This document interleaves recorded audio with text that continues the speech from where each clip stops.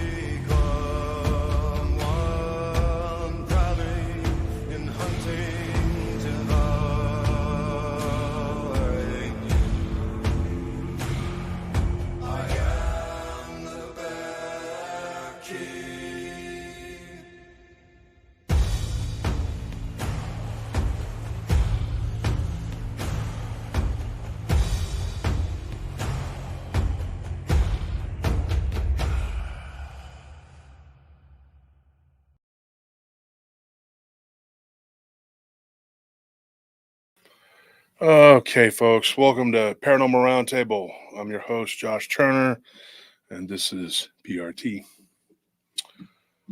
So sorry we got in a little bit late. We had things we had to do, take care of today. I am really tired. It's just going to be that way until we get moved. It's packing and there's just a lot to do. And work is this weekend. We got slammed with a bunch of stuff because we got storms here because of Hurricane Beryl, which is barreling down on Texas. Uh, it's supposed to be a Category 1 once it makes landfall. Okay, which means that it's like 90-mile-per-hour wind. I believe that's what it means. I think that it lands at with like 90-mile-per-hour wind, something like that. I think that's what that means. So,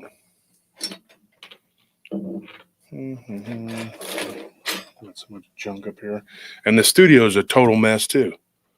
Because we got a bunch of stuff we brought up here because there was stuff that needed to be brought up here, and we were like, yeah, well, let's clean out the garage. Hey, there's that,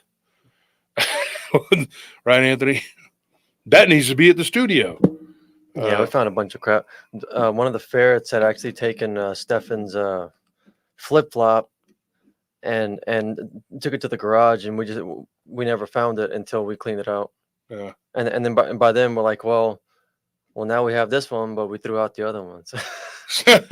Troublemakers. Yeah. So we were talking about that yesterday. I didn't know why he kept his shoes out there though.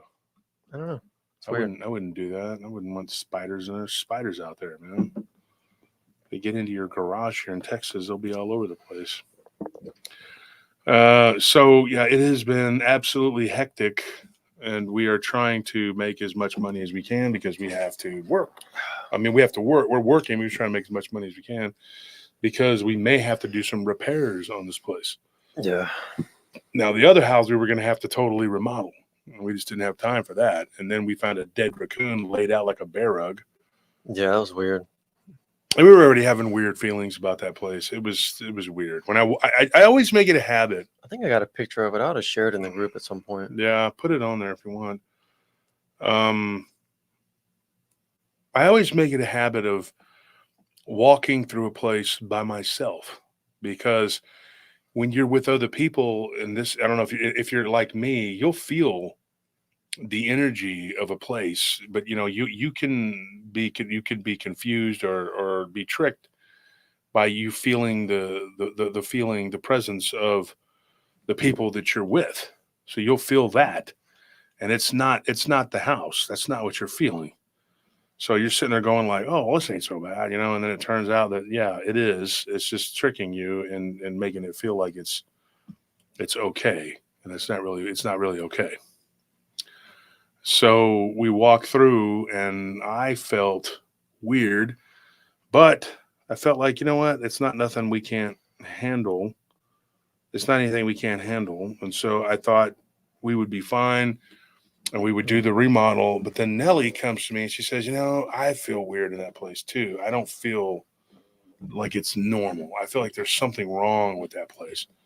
And so we started having misgivings.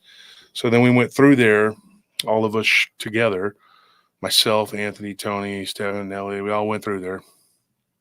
And it gave off a weird vibe that night. And I was like, I don't think we should live here. This is a mistake. And Nellie felt it.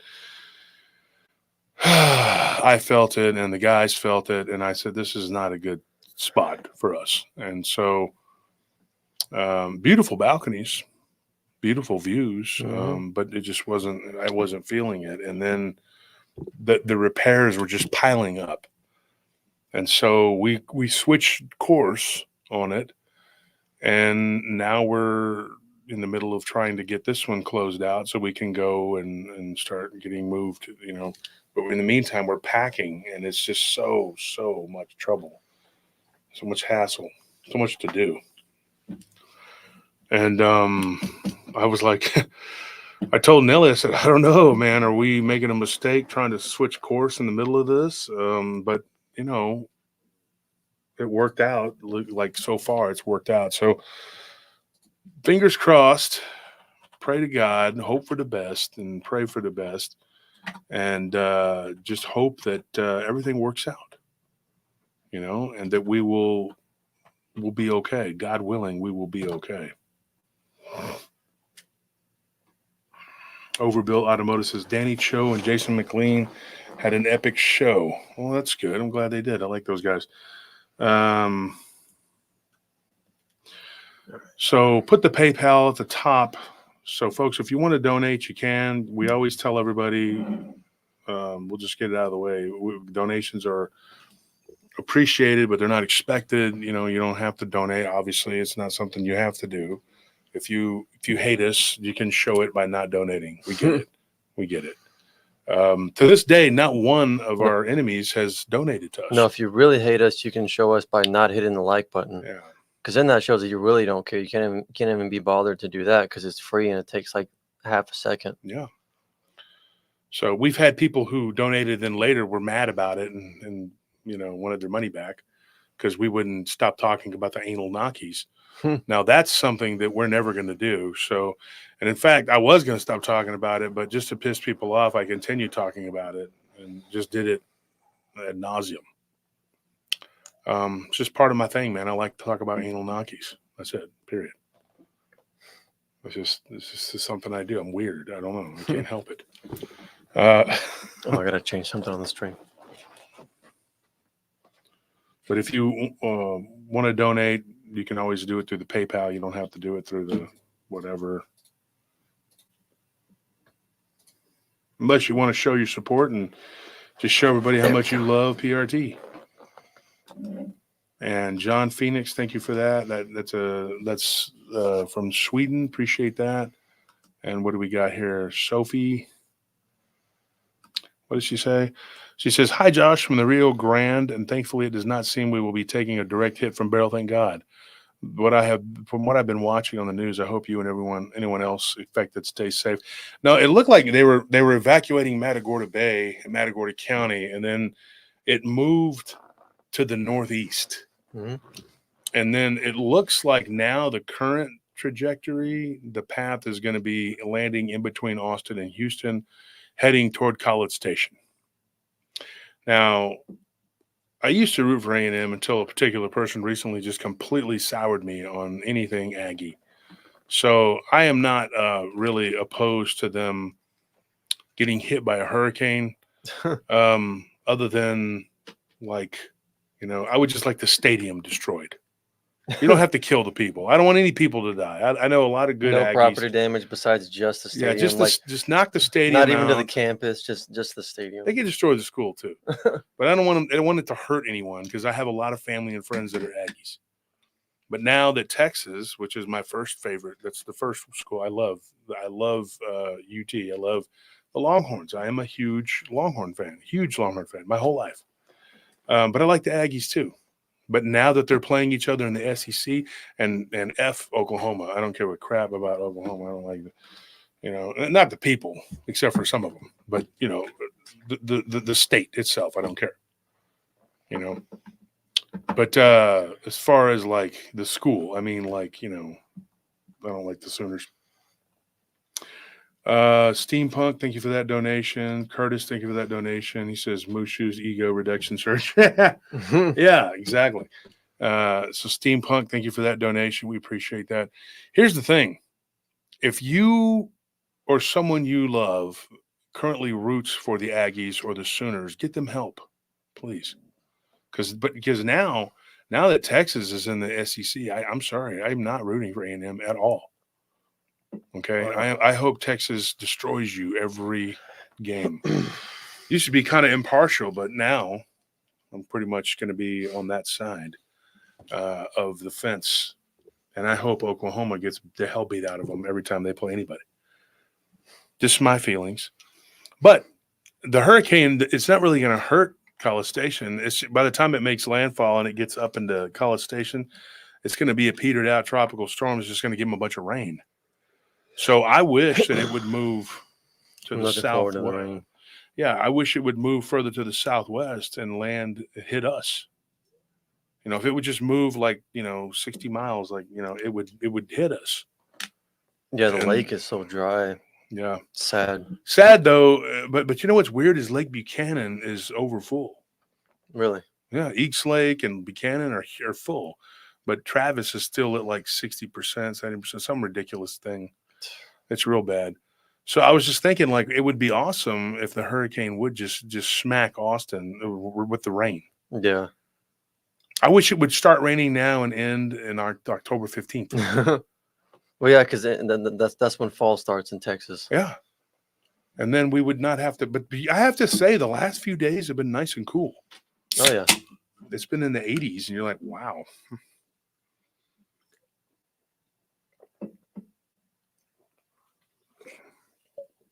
These are so good. Topo Chico. Really good.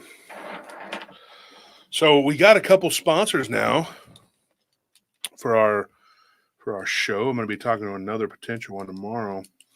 There's a fight tournament going on, and Allison Wood and her husband Sky, who own Black Sheep Boxing. I wish them the best, and to our friend Jeff. No, Allison Wood and Mark, and her husband Sky, and another guy named Mark now own Black Sheep Boxing. Oh, okay. Jeff is no longer involved.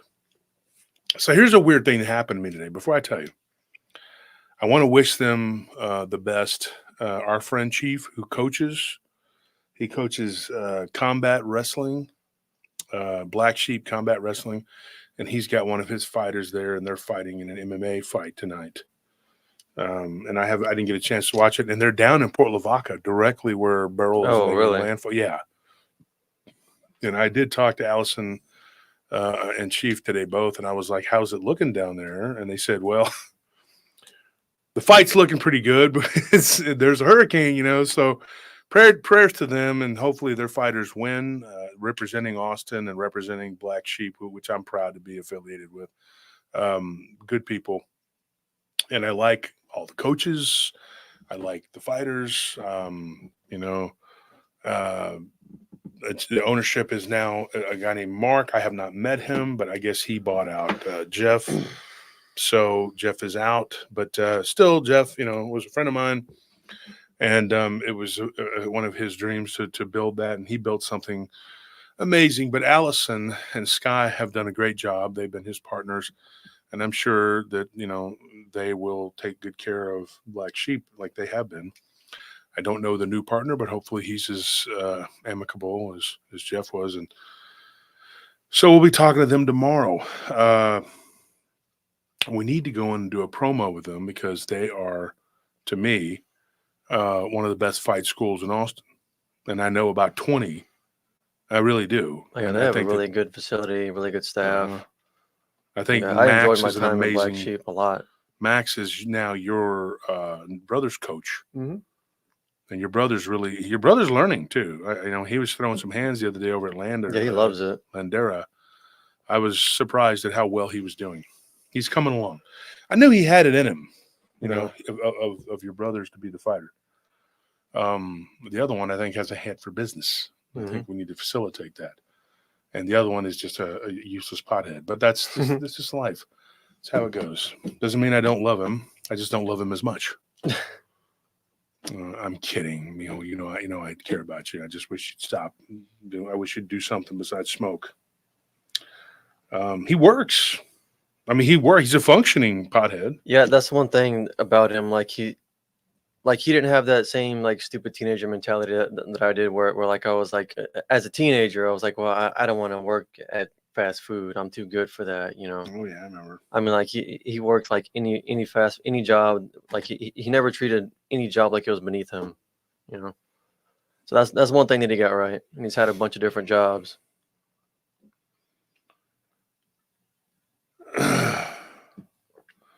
Crystal, we definitely will send you some prayers. She's not feeling good. Crystal Cook has been with us since the beginning of Paranormal Roundtable. Yeah. She's an Austinite, and we know her personally. It's one of the few native Austinites left. Yeah, and also another Austinite, Dorothy Metcalf, mm-hmm. whose daughter is trying to get moved over here, and Also, you want to say prayers for Maddie. I don't see her in the chat. But Oh, there she is. prayers for Madeline. Oh, yeah, that's right. I saw her. Speak of the Duende. Duende. Stop picking on her. So, but she's going to be moving down here next week. Mhm. And one of our dear friends, Leslie, is going to be helping her move down here. Mhm. So prayers for those two ladies that everything works out and they drive safely and everything happens the way it's supposed to. Yeah, We definitely could use the help. real good. And pray for Kim that he, another one who's afflicted by the devil's lettuce. Yeah. Although today, I'm very proud of him. He was he lives downtown in the belly of the beast. Mm-hmm. And me and him had a 30, 40-minute conversation, and he was completely sober and coherent. And Yeah. he was at a bar that's in his he has his complex. The bar's right next door. Yeah. Right. And so I know which one he's talking about. It's a pretty nice place, but he was in there just hanging out. And I said, "You sound sober. You're in there drinking." He goes, "Well, it's 4:00 and I got to be at work at 6." Mm-hmm.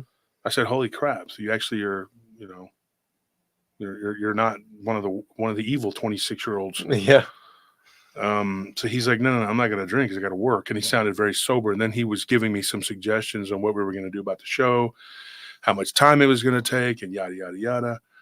So here's what happened to me today. And this is weird. This is a weird thing. Okay. What are the odds? Okay. And I told you this.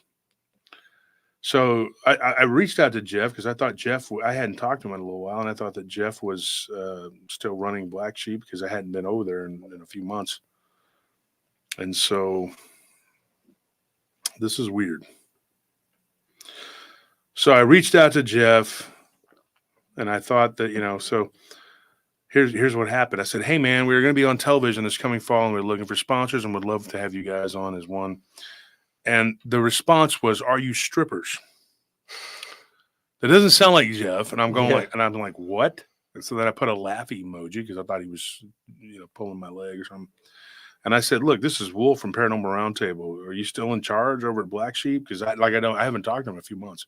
Mm-hmm. And he says, "I'm a proud philanthropist, but I only support those who really know how to make it rain." And then he put like a dash and he put strippers.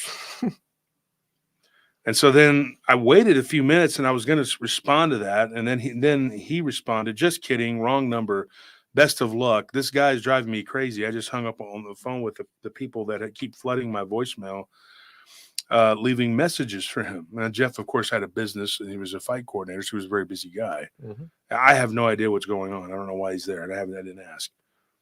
But he says here, this guy says, "I've had the number for 2 months and it's been crazy with the calls. So I'm just having fun with the pain."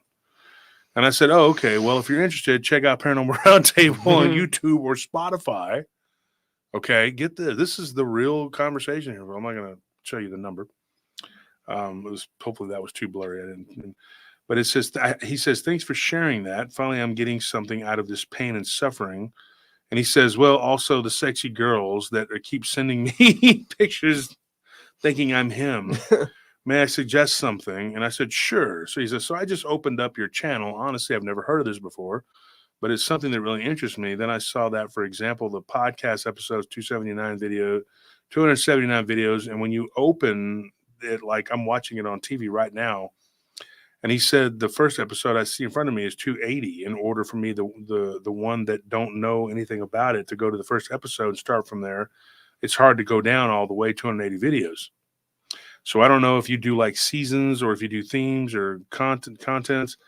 I suggest that you can have different channels inside your channel so it can be easier for people who are like me to catch up and find the very first episode, even if you're driving.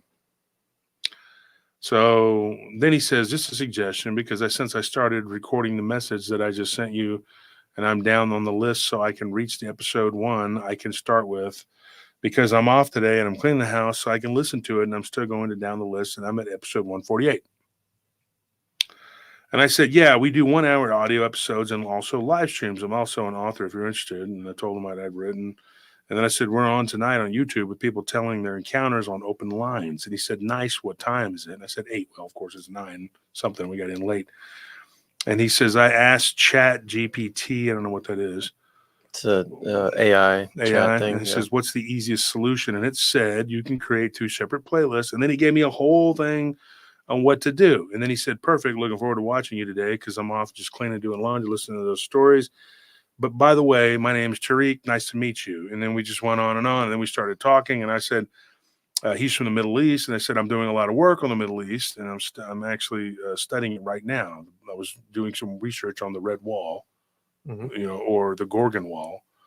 About the, and the Jinn. And then he goes, yeah, that's why I'm interested in your episodes, because that we know that all of this shit is true. Some people think it's hallucinations and lines, but are lies. But honestly, there are many things that I've seen when I was a kid that I still don't know what they are. And then he said, Red Wall, do you mean Petra? And then I told him what it was. I said, no, the Red Wall was built by Alexander, then later 100 years or so was resurrected by a Persian king, and it was said to be built by humans and jinn to keep someone or something out.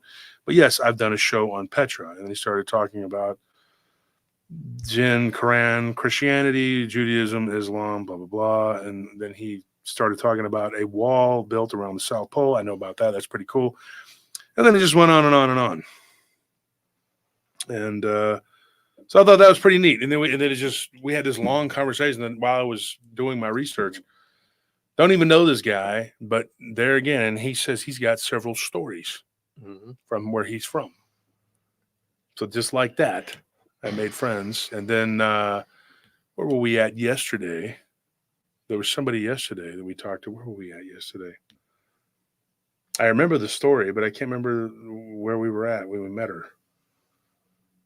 Goodness gracious. What was the story? It was basically a witch story / ghost story. And I can't even remember where we were at. Where did we go yesterday? Where did we eat at? We did something. Was it the Italian place? No. That wasn't yesterday. That was days ago.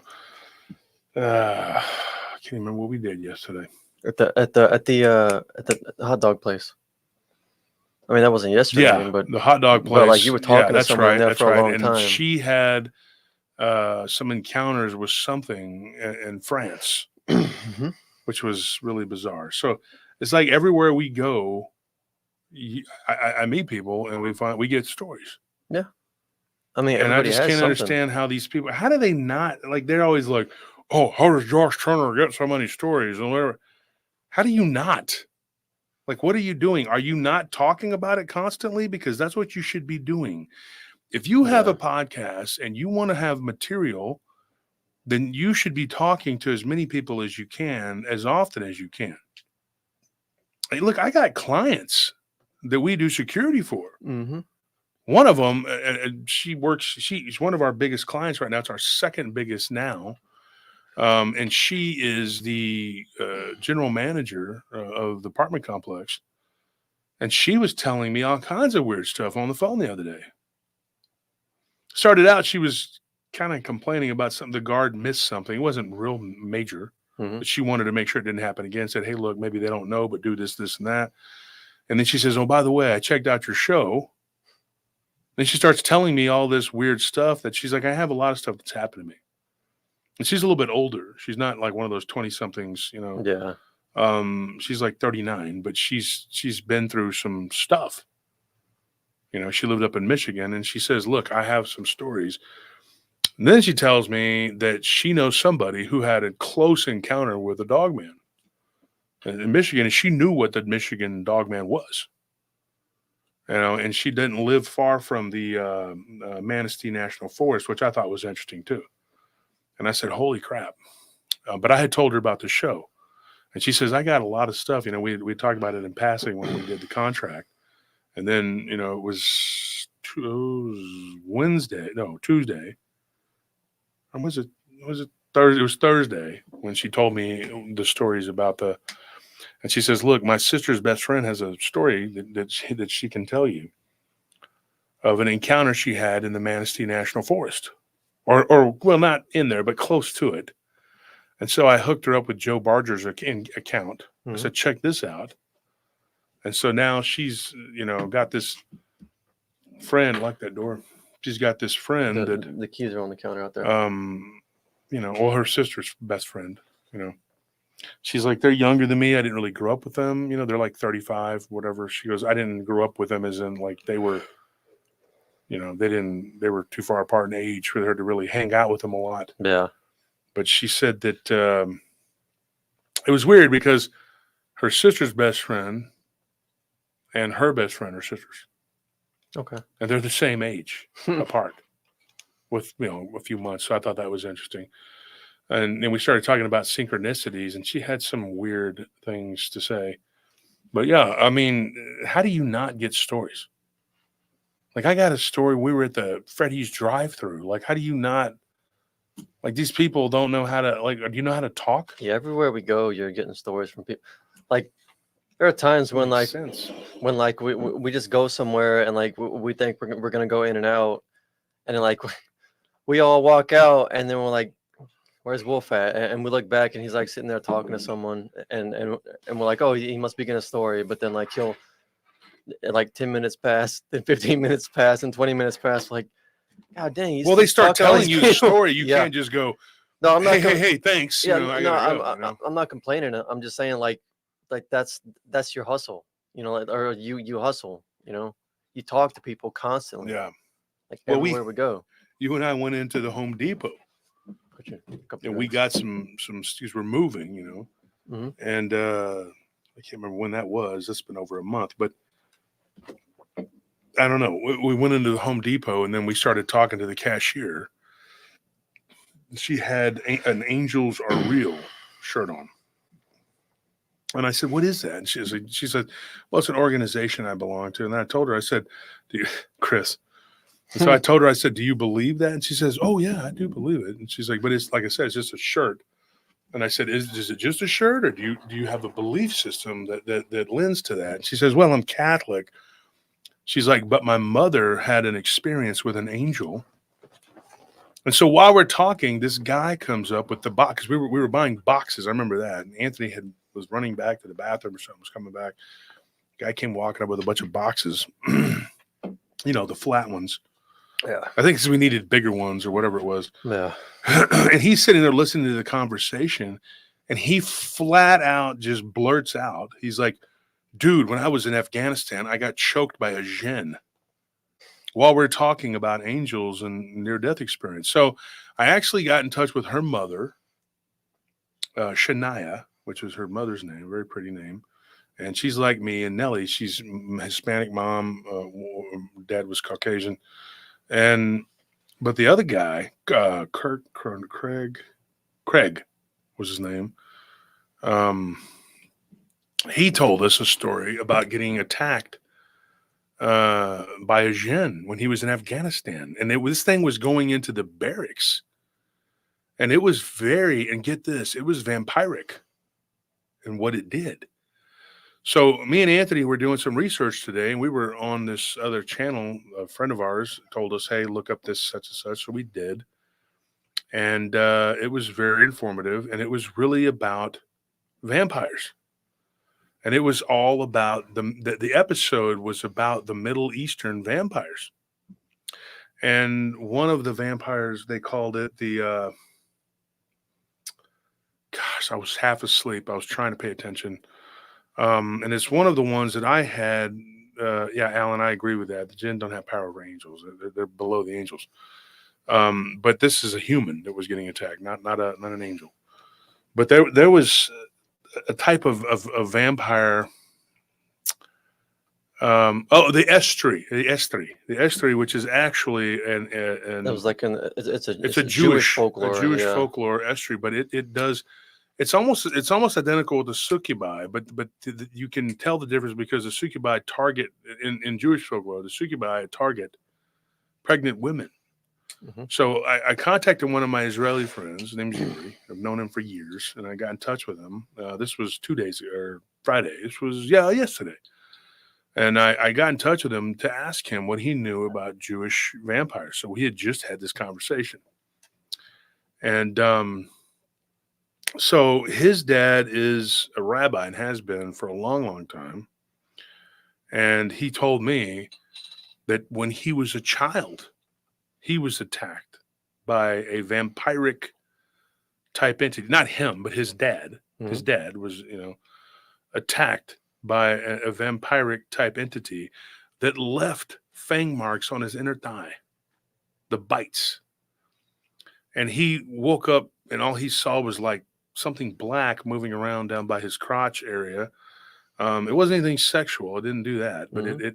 it was in it. So it was draining blood from his inner thigh on his leg, and it had black hair. And when it came up, it was like this. The nose was the most noticeable thing. It had like this really weird. How this happens, I don't know, but the nose was like cut off, almost like a pig's, like Mhm. upturned. But then there was this hook on the end too, Uh, and the eyes had these like wrinkles and bags under it. And it was gross, and it had like little warts around the eyes and stuff. And he said it was just disgusting, like witch-looking creature. And he says, and then he's like, "Well, I got to go. I'll tell you about it sometime." I'm like, I'm like, we talk about it and talk about it. And he was on my contact flag league football team years ago, and he was in Israeli military, of course, because they all have to serve, you know. yeah. And I said, "Well, call me back because I really want to know this story." And so then his dad actually was in the background, like kind of telling him, and then he was telling me. And he was just like, "Do you want to tell the story?" His dad's like, "I'll tell the story. I tell it better than you. You don't know what you're talking about." So then he gets on the phone and he's like, his dad lives up in Brooklyn, but his mother is an Israeli. So his dad did his work there to become a rabbi down in Israel. Right. So he's got the Brooklyn accent, right? Yeah. But his son doesn't. His son just talks like, a little bit more like an Israeli, But his dad's like, he doesn't know what he's talking about. Look, when I was a child, this thing attacked me. And it was down in my crotch. It wasn't doing anything good down there. And I'm so I'm listening to this guy. And he's like, kind of reminds me of Jerry Stiller. Yeah. Right. So he starts telling me this story. But then it went from being funny, but to being horrific, because it went on. And then his brother didn't believe him, and even got the kids in the neighborhood to make fun of him and told him he was having wet dreams at night. And he was like, "That's not what's happening here. This thing attacked me and blah blah blah." So it was interesting. Thank you for the donations. We appreciate it. Paranormal Paul, I watched you earlier, Paranormal Paul. You were doing a good job on your show earlier. I saw you, or you were talking. You were on. But so anyway, what ended up happening? This ghoul, this creature. They said it was like a succubi, but it's not, because it was draining his blood, and so he went to the doctor, and it turned out that he was highly anemic, but it was because this thing was draining his blood. And then it bit him so hard at one point, because they thought it was a spider bite, right? That it actually punctured his ephemeral artery and he nearly bled to death. But it coagulated. Yeah, it was a very weird thing. So he goes to the doctor, and the doctor is like, they're surprised that he's not dead.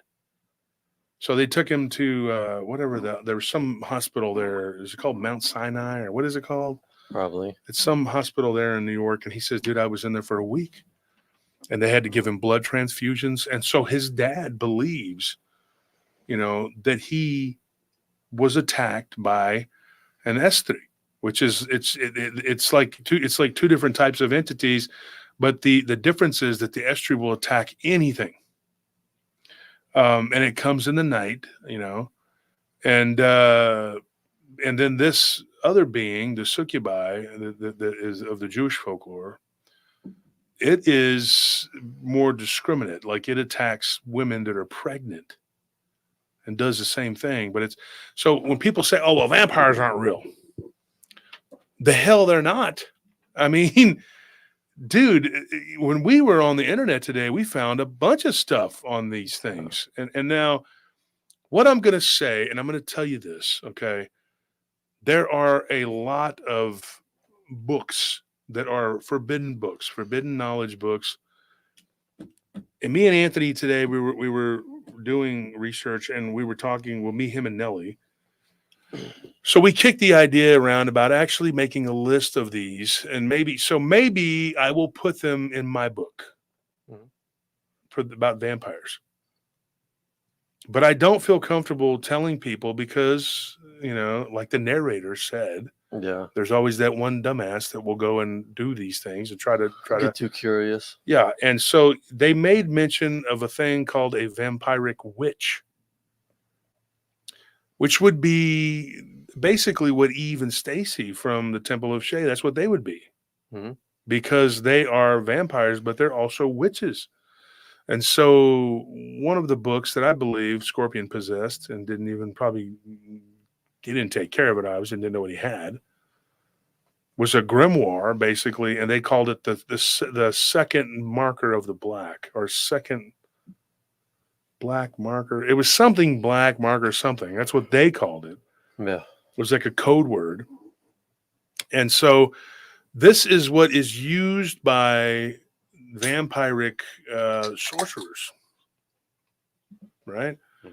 And they use them also to create, get this, I was reading something that somebody messaged me earlier. This guy's name is Anthony too, but he goes by Anthony. So Anthony, thank you for that information. He said that there is a book, and he gave me the name, and he said that it's found, that particular book is from China. But the weird thing is, it's written in Tagalog, which is Philippine. Yeah.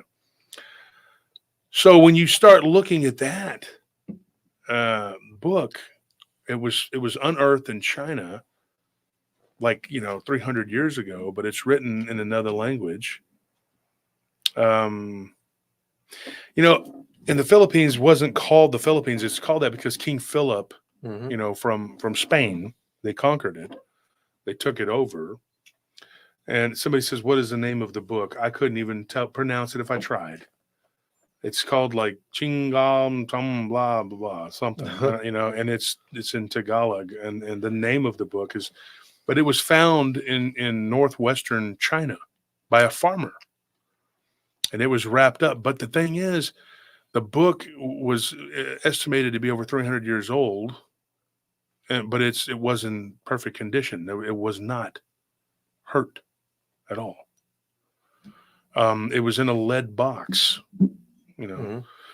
Hmm. Strange things like in the West, we have this idea that we have all the answers, and anybody from the East is just there's a bunch of weird Orientalists, weird, Yeah. they don't know what they're talking about, and we are retarded. I'm telling you, man, the people here have the retardation. I mean, they don't believe in these things. Now, you just go south of the border, go 20 miles down into Mexico, and it is a reality there. Yeah, we're talking about that, how in other parts of the world, it's not like the existence of these things is not even up for debate. Like it's not even like some unexplained phenomena that may or may not be real. It's unexplained, yeah, but whether or not it's real, it's not like it's not even up for discussion. Mm-hmm. You go south of the border, you go to the east. It's a part of life. These people take this very seriously, and it's a very real danger to them. Yeah. Now, somebody says here, our father's child, Estragori, is not a vampire, or is a vampire. It's not the same as a witch. I beg to differ on that one. Let me see if I can get this person.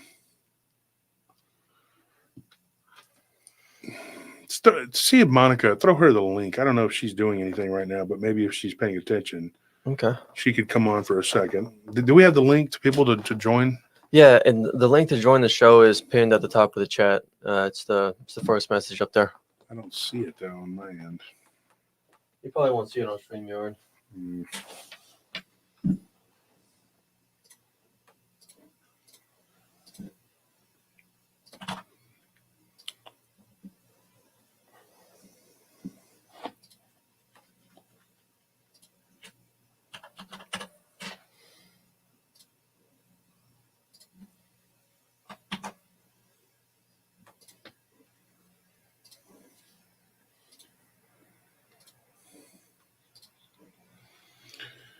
Let me see if I can get her to come on for a second.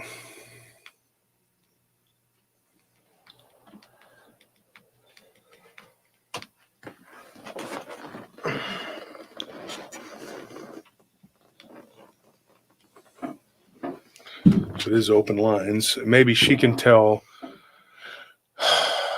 because she encountered something that I think may have been a vampiric witch, which she thinks was a type of Italian witch, but the name is very similar. Now, here's the thing. If anybody wants to come on and tell stories, just jump on. We're thank you for that donation, Nathan Burr. And yes, we are getting their stories out. We just have a lot. Lawrence Calley says the retardation has been catchy. It's been a common phrase, accent, and all for me. Laugh out loud. So this guy says, so vamps doing blood magic doesn't qualify as witchcraft or sorcery. I don't know why it wouldn't. Strega, there you go. And here's the link to call into the show.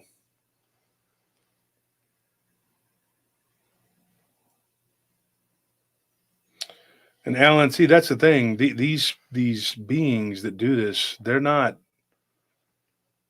They don't. It doesn't matter whether they're drinking the blood or using the blood or whatever. It does. It's they have plenty. Believe me, it's not going to hurt them to whatever.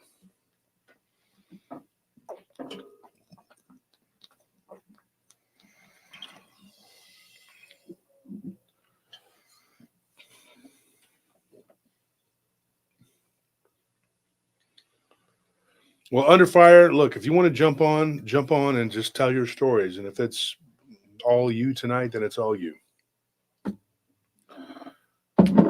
I'm all ears, whatever you want to do. This is just something that is kind of a holdover from yesterday because we were talking about vampires. And then I was doing some research on it today, and it was all about the Middle Eastern vampire legends.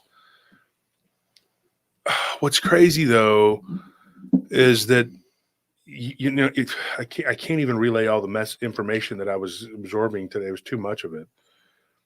And there was another story that we went over about a soccer team. It was a country. What country was that? It was a Middle Eastern country in North Africa.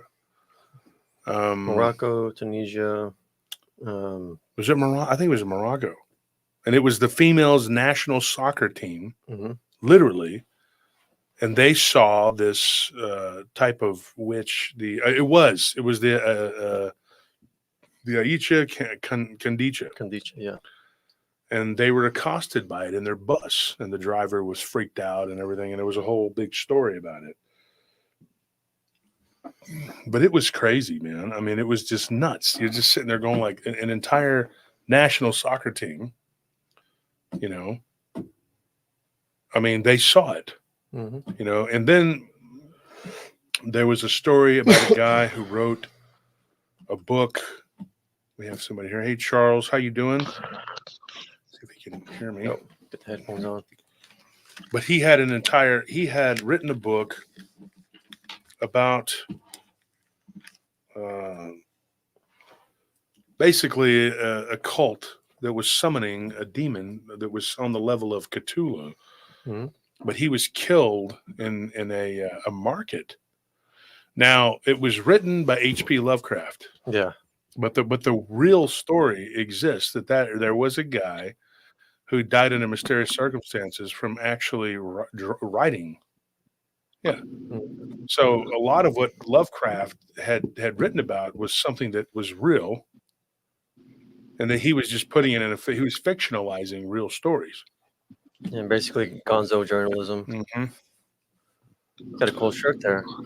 Yeah, we like your shirt there, Charles. So what do you got for us, man?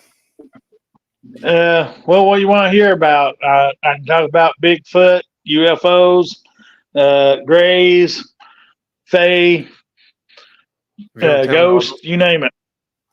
So you've had a lot of encounters, I take it. Oh yeah, over the years before I realized I was actually pagan and everything, I just thought I was having weird encounters, and then it came a little more obvious once I became pagan. And before I forget, Anthony, I saw your doppelganger today at work. Oh, really? What part of India was he from?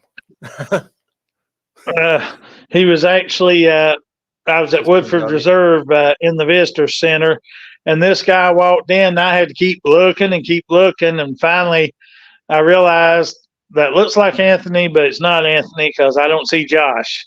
And what would they be doing in Kentucky? Well, you said that he was buying Woodford Reserve.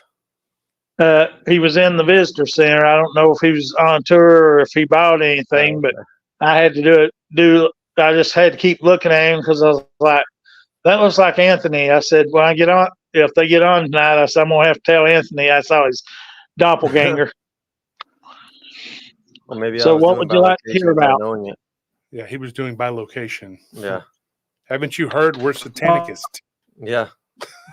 Well, see, I've done by location too, so it's nothing weird to me. Really? Really? That's So what do y'all want to hear tonight? Well, I don't know if you can see my shirt, but I think Bigfoot sounds great. Okay, well, Hey. for the longest time there, I was debating whether Bigfoot was real or whatever, but lots of times when I was out in the woods, I would feel like I was being watched. And then, of course, I did start sensing more and more. And then some friends that I know that live in Franklin County, Kentucky, they have a family of 4 Bigfoots on their property. And of course, since my friend protects them, they protect my friend and his family. And when they had lost, when my friend's mother-in-law passed away, suddenly the alpha male of the family started mind speaking with me, and he was like, tell everybody that we're sorry that she passed away, and we'll watch the property while they're dealing with their grief and everything. And of course, he also passed along some information, which, according to we call him Big Red because he's got reddish brown fur. Even though I haven't clearly really seen him even in astral when I've been up there astral, but I've seen enough that I can get general color on him, and they call him Big Red. But Big Red actually told me after this happened. Let's see, at the end of last year, the first part of this year, some grays actually showed up on the property. And Big Red was not a bit happy about that. And I was like, okay, why do you hate the grays so bad? And according to him, in the mind speak that he was having with me, the grays used to enslave all the Bigfoots. And that's why they hate them. But my friend who has gifts like I do, he actually put protections up around his property so the grays were not able to use mind control. And of course, ended up not only after we started mind speaking, when the grays showed up, only thing I had to do was send a mental message to him that the grays were near the family's house, and they would pretty much run when he showed up because he would destroy them if he could. Of course, the grays did make the mistake of attacking my friend and his son's avatars, thinking it was them. And of course, they wiped out quite a few of the grays. And then, of course, one time I astrally projected up there when the grays were around, and because I was in a hybrid avatar form that I use, they thought I was one of their big buddies, the reptilians, and they invited me to come over until they realized I wasn't one of their big allies. and I ended up killing 3 of them in my avatar form, and then they kindly stayed away for a while, and then they came back, and then it ended up Big Red and me, and with me in my astral form, actually wiped out quite a few of them, and we actually chased them back to the caves that they were staying in, right there near the friend's property. And of course, some of my guardians are dragons, so I just had a dragon literally sit outside the cave waiting on them to come out, and they never did come out. They must have went through some other caves and got out another way, but they started staying away until recently, and then it ended up once again they showed up, and I told them I was like, you need to leave, or I'm going to let Big Red know you're back. And of course, they didn't listen, so I sent a mental message to Big Red, and next thing I know, a bunch of my guardians and stuff suddenly ended up surrounding this group of probably about 30 of the Greys, and they actually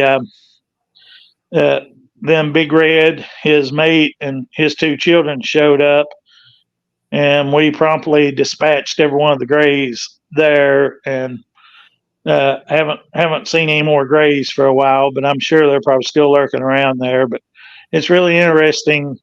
At first, like most people, when I thought of Bigfoots and everything, I was thinking, well, maybe they're an offshoot of Giganticus pithecus or something like that.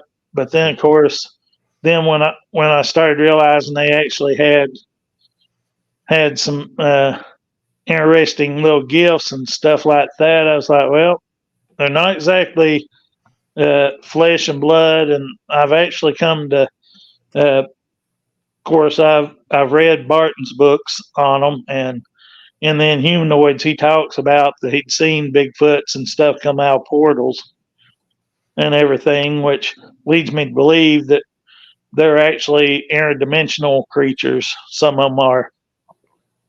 Some of them stay on the earth to protect. This is another thing that I heard from. I've heard this story from not only Big Red, but also I heard this from a guy called Night God 333 on Facebook.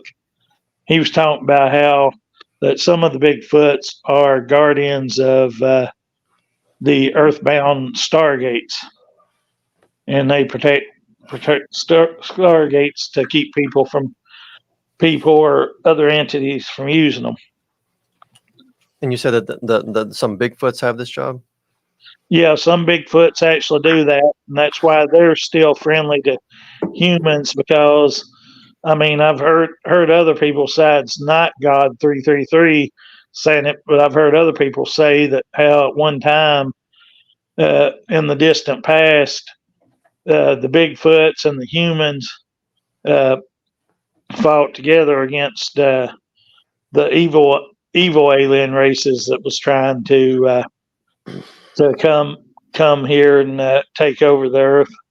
And then the reason why some of the Bigfoots actually became hostile towards humans, eventually some of the humans turned on them and tried to kill them too. So that's why some of them are the ones that want to attack humans, and other like your animals and stuff like that. It's because they still harbor resentment over how their ancestors were treated by some humans. So, But my brother had a question. He wanted to know if the Greys are biomechanoid or actual beings with souls.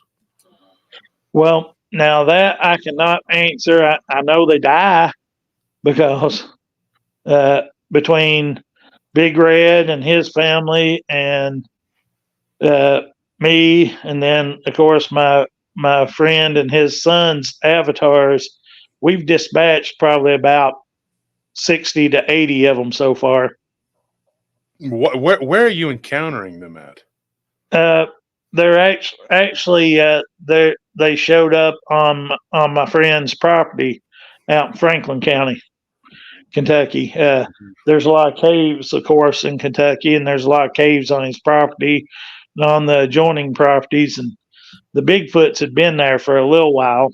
And actually, when the Greys showed up, that's when Big Red became very volatile about the Greys, because, like I said, he told me that at one time the Greys, which I don't know if they were like the mechanical robotic types or if they were the actual gray, like real aliens, they had enslaved the Bigfoots and everything. But like I said, my friends put up protections on his property, so for some reason the Greys mind control can't work on the Bigfoots or on any humans on his property. And what do these protections consist of? Well, I don't really ask. I just he's pretty private about what he does, but he's a pretty powerful person. Got plenty of gifts, and then of course he has a doppelganger of himself that's an avatar. And the only difference the only way you can tell him around is if the avatar turns and looks at you with its eyes. Then you know it's the avatar. It's actually his guardian avatar, not him personally. Because when I lived with him in Versailles, Kentucky, one night he got there was issue that came up, and he was really, really angry. And I walked into the living room and asked him what was going on, and he turned, and then I looked at him. I was like, "Oh," and I called his avatar by its name. I was like, "Oh, so it's you." I was like we gotta calm Dave, keep Dave calm, because otherwise he's gonna go hurt somebody and everything. Which this avatar of my friend, his guardian, also helped me out when years ago I ran afoul of some entities that hunted the old Rockwell plant down in Winchester. And of course, it just so happened that the main entity that had out for me happened to be from the same plane of existence as his guardian was. And so he just popped in one day and explained to this entity that if it didn't leave me alone, it was that he was going to do bad things to it. So what exactly is this avatar? Is it an extension of this person, or is it like a separate entity that takes their form? I mean, like, if does the person that this avatar imitates, are they in control of it? I mean, like, what exactly is the nature of this thing? Well, see, it is a guardian from another plane of existence, which I have several guardians, but I don't. There's one group of guardians that look after me. They're actually Fae, but his guardian came from another plane, and it usually looks exactly like him until you look at the eyes. The eyes is what gives it away, whether it's my friend just in astral or if it's the guardian walking around and everything. Because when you look into his eyes, they're red. I mean, this guardian, he's not evil, and he's not really good. He's somewhere in the gray area. He can go either way. No pun intended. Yeah. So you said that you practice paganism? Yes. Do you think that maybe that lends to you having these entities, issues with these entities? Probably, like I said, when I popped in down at the friend's property in a hybrid astral form, which was part dragon, part human. they thought I was a reptilian, and they were wanting to be my buddies until they realized I was not a reptilian. And then one of them made the mistake of trying to attack my avatar, and of course, he killed about 6 of them real fast, and they ran away. And then, of course, Big Red and me, we followed them a couple of times after that. And then the last time they came around was all my other guardians, they really didn't do anything other than keep the Grays from escaping. And then Big Red and his family and my avatar wiped out about 30 of them at one time. Do you think, and now I've heard this kind of stuff before. I don't know what to think of it. I mean, but you're saying that your avatar, which is, you keep calling it your avatar, but you're talking about being out of your body, right?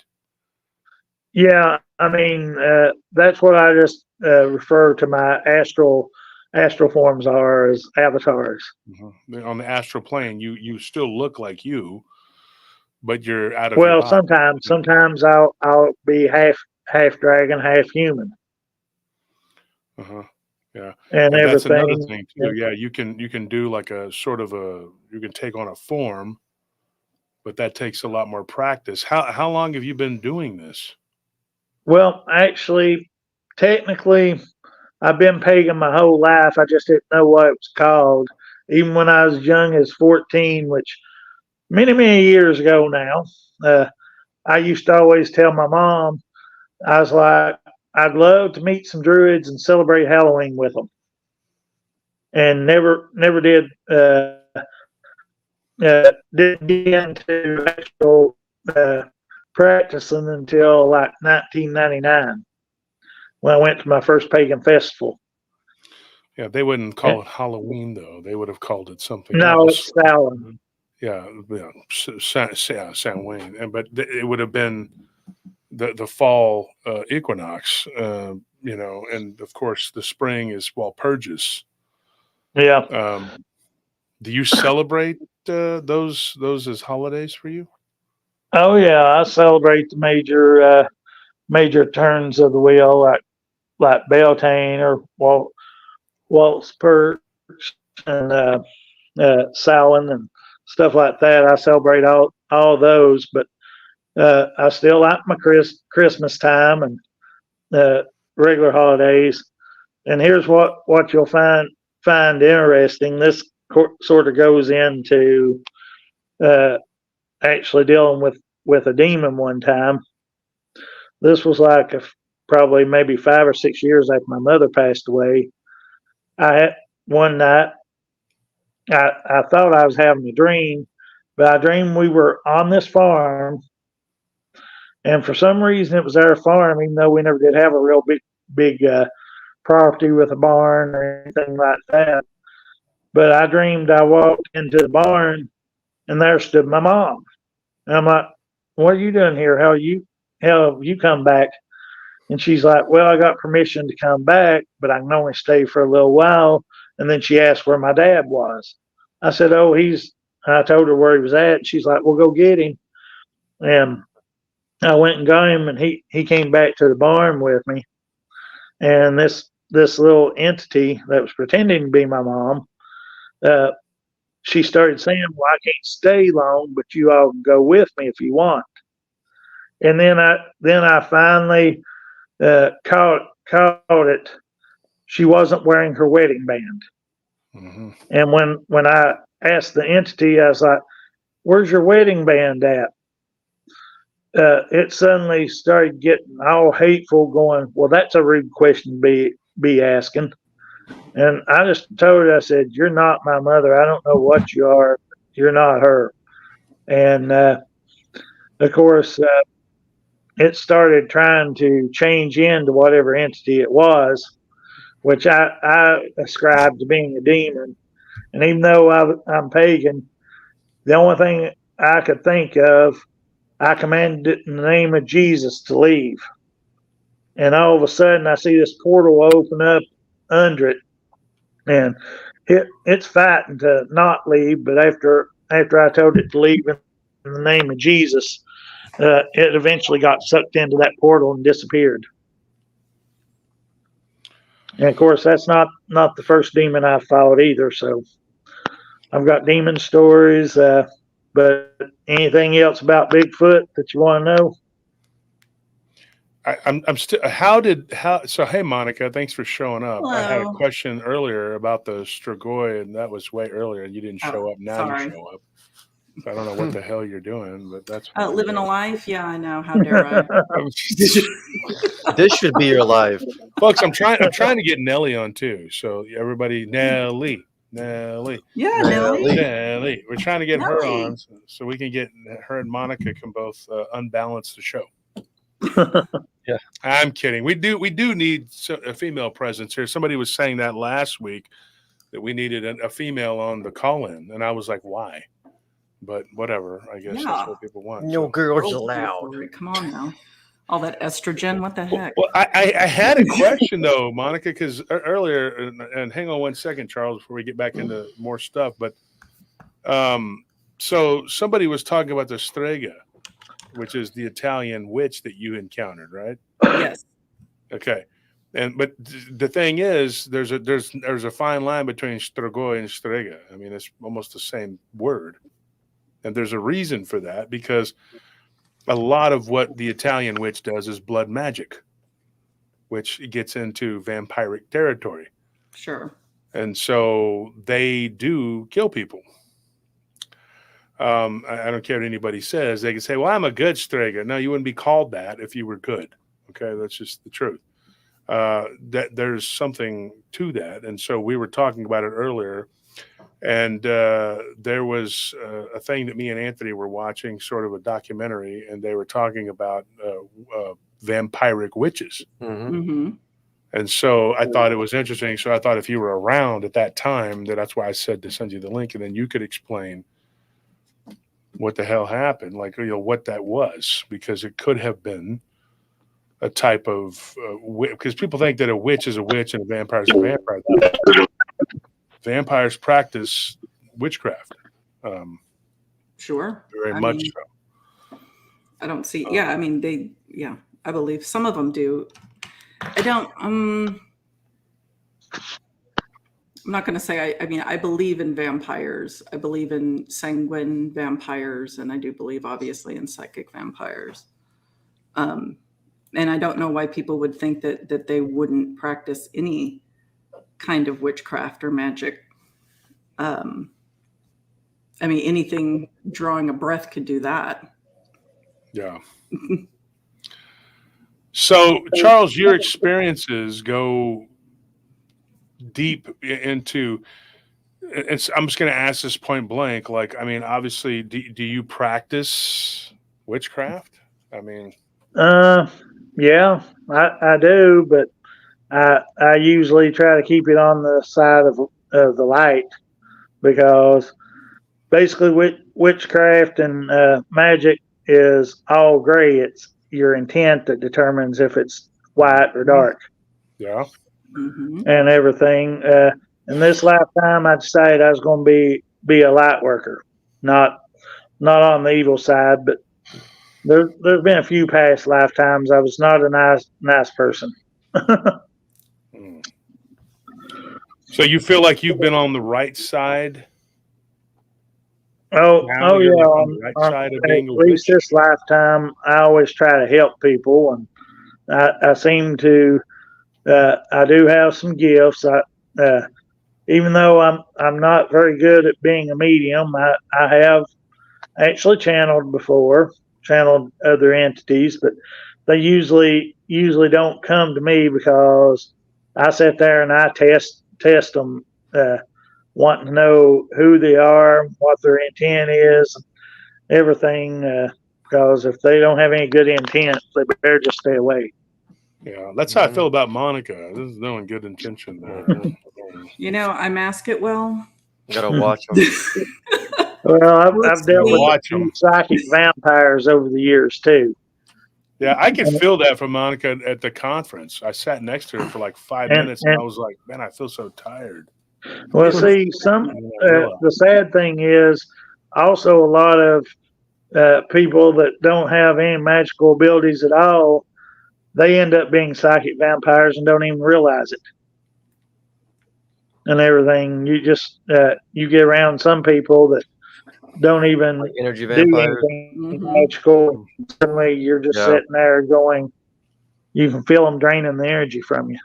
Oh yeah. They can drain a whole room too. Hmm. Like I've been at Yeah. parties and everybody's having a good time, and then this one particular person comes in, and next thing you know, everybody's like yawning and tired, and Hmm. the cocaine's not even working, and you're just like, dude, I want to go home now.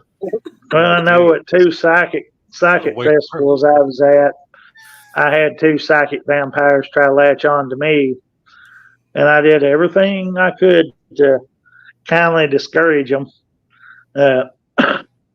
because I was telepathically sending the message out. If you need energy, just ask me. I'll gladly share some of my energy with you. But they wouldn't take the hint. So finally, I got tired of dealing with them. So with both of them, what I did was I put up a shield to block so that they couldn't see what I was doing behind it, and I just built up a big energy bubble, a real big energy bubble. And when I finally decided it was big enough, I just turned around, stared both of them straight in the eye, and dropped the shield and watched the look of terror come across their face, because I sent that energy bubble to them and literally fried every one of their chakras for the rest of the day. Wow. The first guy ended up, it was 99 degrees. It was middle summer and humid as all get out. He went and sat out in full sunlight for 2 hours and did nothing but shake because he was so cold. And What state was this? this was Kentucky. Kentucky. Yeah, just about everything that's I've ever encountered has been right here in weird Kentucky, as I like to call it. But it also didn't help that he was also trying to steal energy from the same friend that has the property up in Franklin County where the Bigfoots live. His little guardian from that other plane, right before I hit him with the energy bubble, which fried all of his chakras, this entity walked through him and chilled him to the bone. And then when his chakras were all shut down, he just couldn't get warm again. So that's why he went out and sat in the blazing sun for 2 hours in 99-degree weather with like about 70% humidity, and just sat there and shook. That was the So last in time. all of your travels and your encounters, Chopper Dave asks a question. Chopper Dave says, Charles, did you ever see the dog-sized demons with the triceratops heads when you saw the Greys? No. Usually I see the Greys by themselves, but of course, actually up until they came to the friend's farm, I'd never seen any of the Greys anywhere. Now, unconsciously, before a fellow psychic told me, because I was complaining to him, I was like, I don't know why I'm feeling so tired all the time. I'm getting plenty of rest and everything else. And he just looked at me. He's like, well, maybe if you quit going on the astral plane every night and fighting all the bad stuff you find there, you wouldn't be so tired. And I didn't even realize I was doing astral at that point. Mm-hmm. And but I've encountered quite a few little entities over the years. Had one that decided to follow me home from a cemetery we passed by on the interstate. Of course, after I told it to leave a couple times, I built up some energy and basically do what I call spiking, which I use energy offensively that way. And I zapped it a couple times till it finally decided, okay, I don't want to be zapped anymore. I'm just going to leave now. And now, see, that's a thing that a lot of people don't understand. The white light, and you called it spiking. That's interesting because it can appear as like spikes of white light that can go in and out. Literally, I always view my energy balls as multicolored, and they're very fluid. Okay, well, that to me is a mistake. That's Why? my opinion. Okay, well, I'll tell you why. Because different types of color represent different types of energy, and that can actually give them energy, not take away. If you stick Yeah. if you stick to the white light, and this is my opinion, but I don't practice paganism, but if you stick to the white light, you can dissipate the darkness within them by using that, and then their intent is gone to harm you. Yeah. And it doesn't necessarily, if white light is hitting you folks and it's burning you, then you got a problem. Yeah, you There's got a real something really, problem. really, huh? Yeah. Well, What'd you some say, Micah? entities react uh, differently to. That's why I use multicolor sometimes. Is some entities will act differently to different colors. Like the light blue, I would say the white with the blue is another, and it's all a focus of mind spirit, you know. And I'm telling you, this may sound really weird to some people, but it's something I've been doing for a long time. And if you send white light energy to someone with the intent of not harming them, but to change their how would you what are the words to use, their polarity, basically to flip it from darkness to light, you Yeah. can literally see someone change from having ill intent and evil towards you to being benign or even being benevolent towards you. And so, you know, I had somebody not too long ago saying, Josh Turner was coming to me at night and burning me. Okay. If white light is burning you, you have bigger problems than Josh Turner. Okay. Oh You yeah. got I something mean, really wrong with you, because whatever is yeah. on I mean, you, yeah, the white light is hurting whatever is attached to you, and it's digging in. That's what it's doing, dumbass. Okay.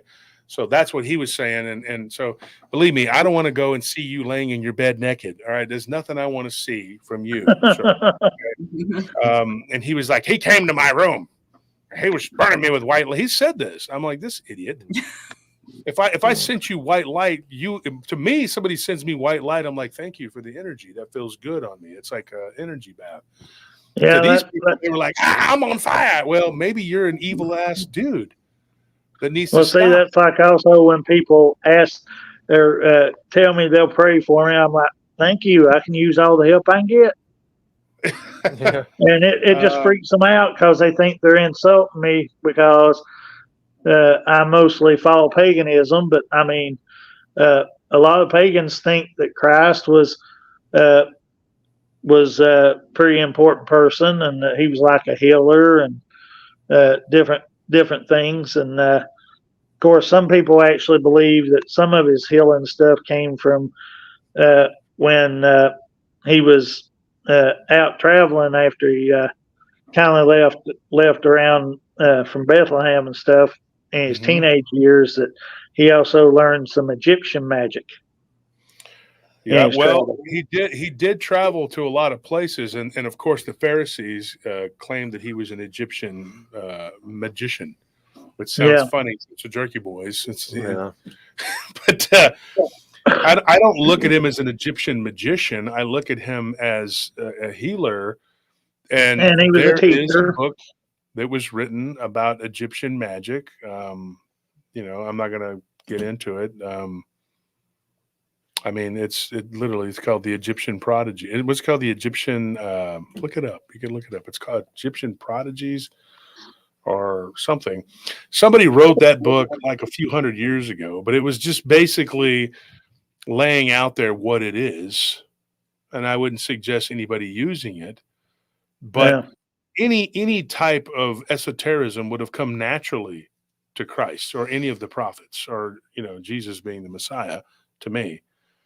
I don't, you know, but somebody said here, white light holds all color. Correct. Yes, it does. But the thing is, it's been refined to white light. Now, if you give it the raw color, you can give someone red light. The Prodigies of Egypt. The Prodigies of Egypt. I was saying the Egyptian Prodigies. I knew it was something like that. The Prodigies of Egypt, which is a book. It's more of an encyclopedia. A lot of people say, well, it's a grimoire. I argued with somebody the other day, once again, wasting my life arguing with people with double-digit IQs on Facebook. Very bad idea.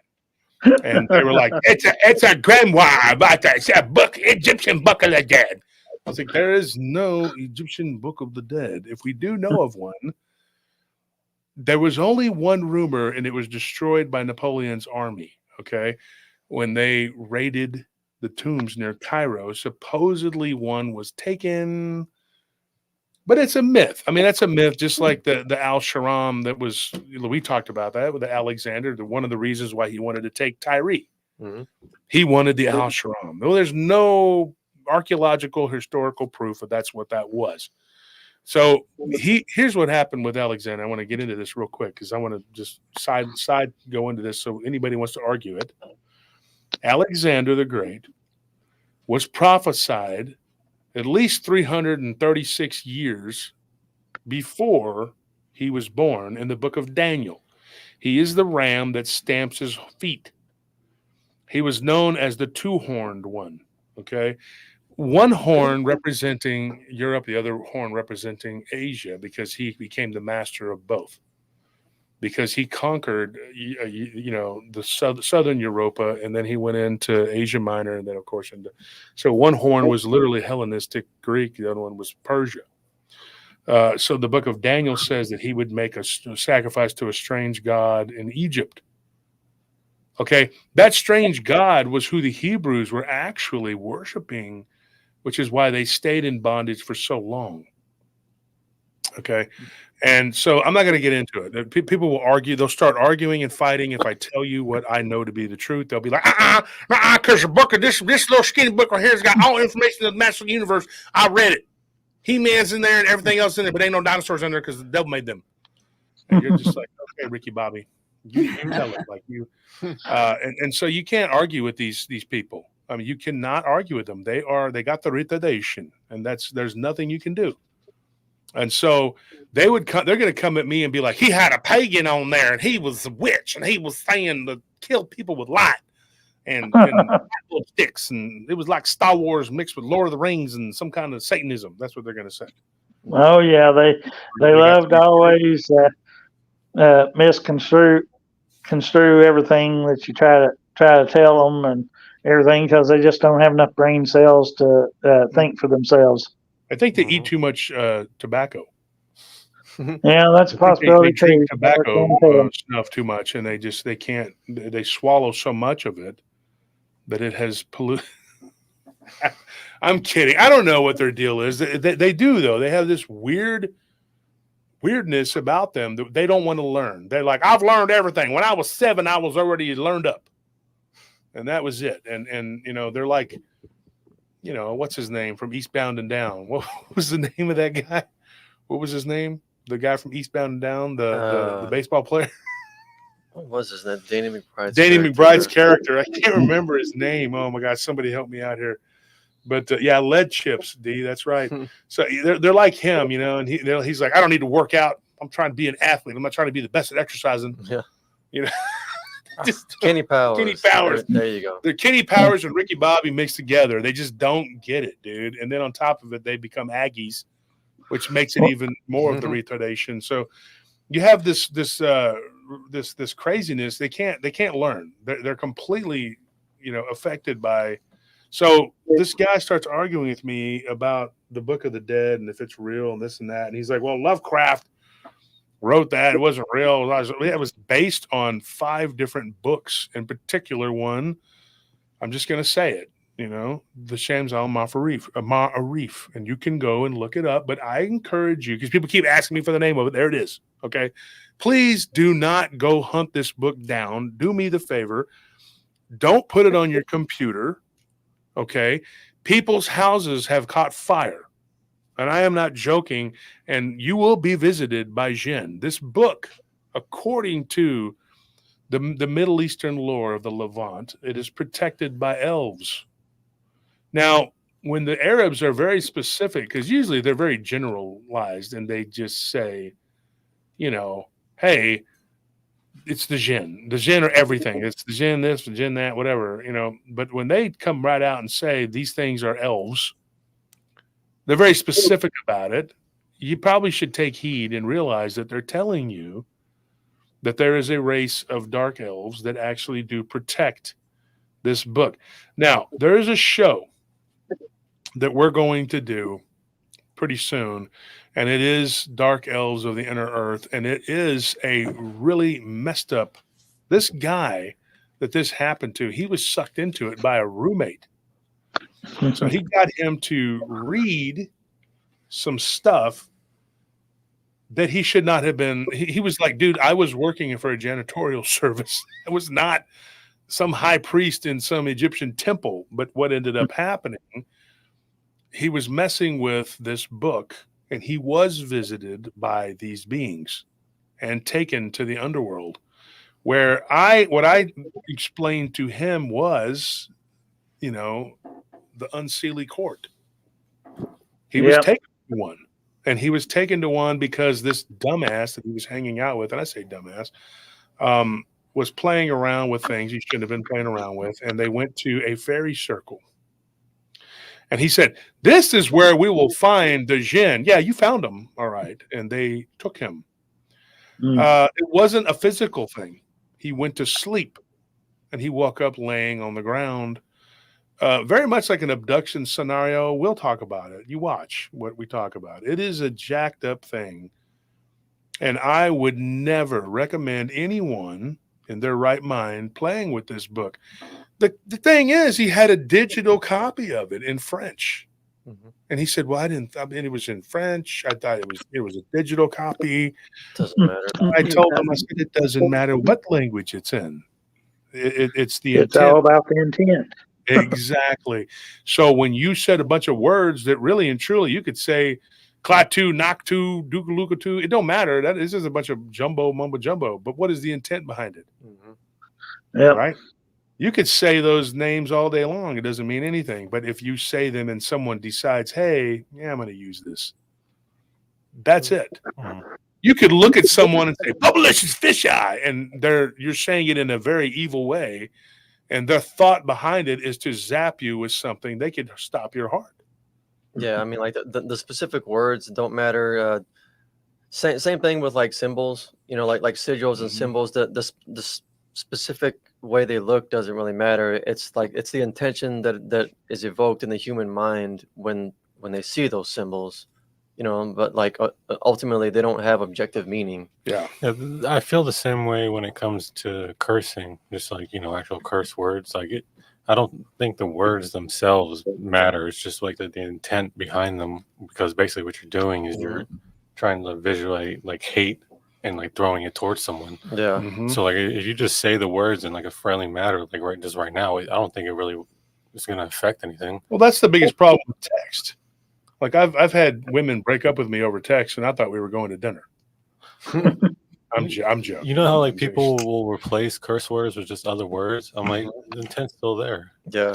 Yeah, and it's really on how you say things. Like the biggest, with teenagers, right? When you're a teenager, because I used to coach boxing, and it was like 16, 17-year-old, 18, 19, that age range. And they would get into fights, and he'd be like, he just said this and that to me, blah, blah, blah. He's like, all I said was blah, blah, blah. How did you say it? Mm-hmm. Did you say it? And they always do that. I didn't even say anything. Oh, you said it that way, and that's why he hit you. Because Yeah. you were Not the words. were you in his face with your fence clenched when you said that? Because I mean, it's all about intent. So teenagers are really good at like trying to obfuscate. Yeah, because they think you haven't been there, done that 1,000 times. And 'cause you're they like, haven't. yeah, okay. Dude, I know what you're doing. I did the same thing when I was your age, Yeah. Well, you were bad about it too. Yeah. So was Tony. Tony was terrible. Well, when I was a lot younger, I used to have a real, real bad temper. It didn't take much to set me off, and then there was going to be problems. Of course, what really scared me was my freshman year in high school. 3 bullies had been picking on me for 6 months, and I finally had enough, and their leader shoved me, and the only thing I remember from the entire fight was turning around and breaking his nose. And then I just completely blacked out. When I came back to myself, 10 big old boys had me pinned to the ground. And I'm like, what's going on? Let me up. Are you calm? I'm like, yeah, I'm calm. Are you sure you're calm? I'm like, yeah. What's going on? They're like, you don't remember the fight? I was like, I remember so and so shoved me, and I turned around and broke his nose. They're like, you don't remember nothing after that. And they said that when his two buddies jumped in, that's when I really went crazy, and they got afraid after I'd already put all three of them down. They wasn't getting back up. I was still walking around, kicking them and punching them. And they said, we started grabbing you 2 and 3 at a time, and it was like we weighed 5 pounds. You threw us off and told us to get away, or you was going to kill us too. And I don't remember any of it. Didn't you have something like that, Monica? Like you were rolling with the Crips or something? Didn't you? Totally, do like man. Like we used to jump people on the regular. They're just walking home, minding their business. I'd roll by and not like the look in his face. I'd be like, "Stop the car." She's like, I gotta handle my business. Yo, what's up? See, Mama. Look about you. I got to see, Mom always told me to go over to Rob's show. It's getting ready to start. All right, well, I'll see you. Thanks, guys. See ya. Right. But yeah, my mom always told me. She said, "Don't you ever start a fight, but if someone starts one with you." She's like, pick up anything you have to and hit them with it, because the only fair fight's the one you win. Yeah. Of course, if I'd ever started a fight, I would have got my butt beat when I got to the house and everything. So that kept me in check. But it really scared me my freshman year when I blacked out and didn't realize what I was doing.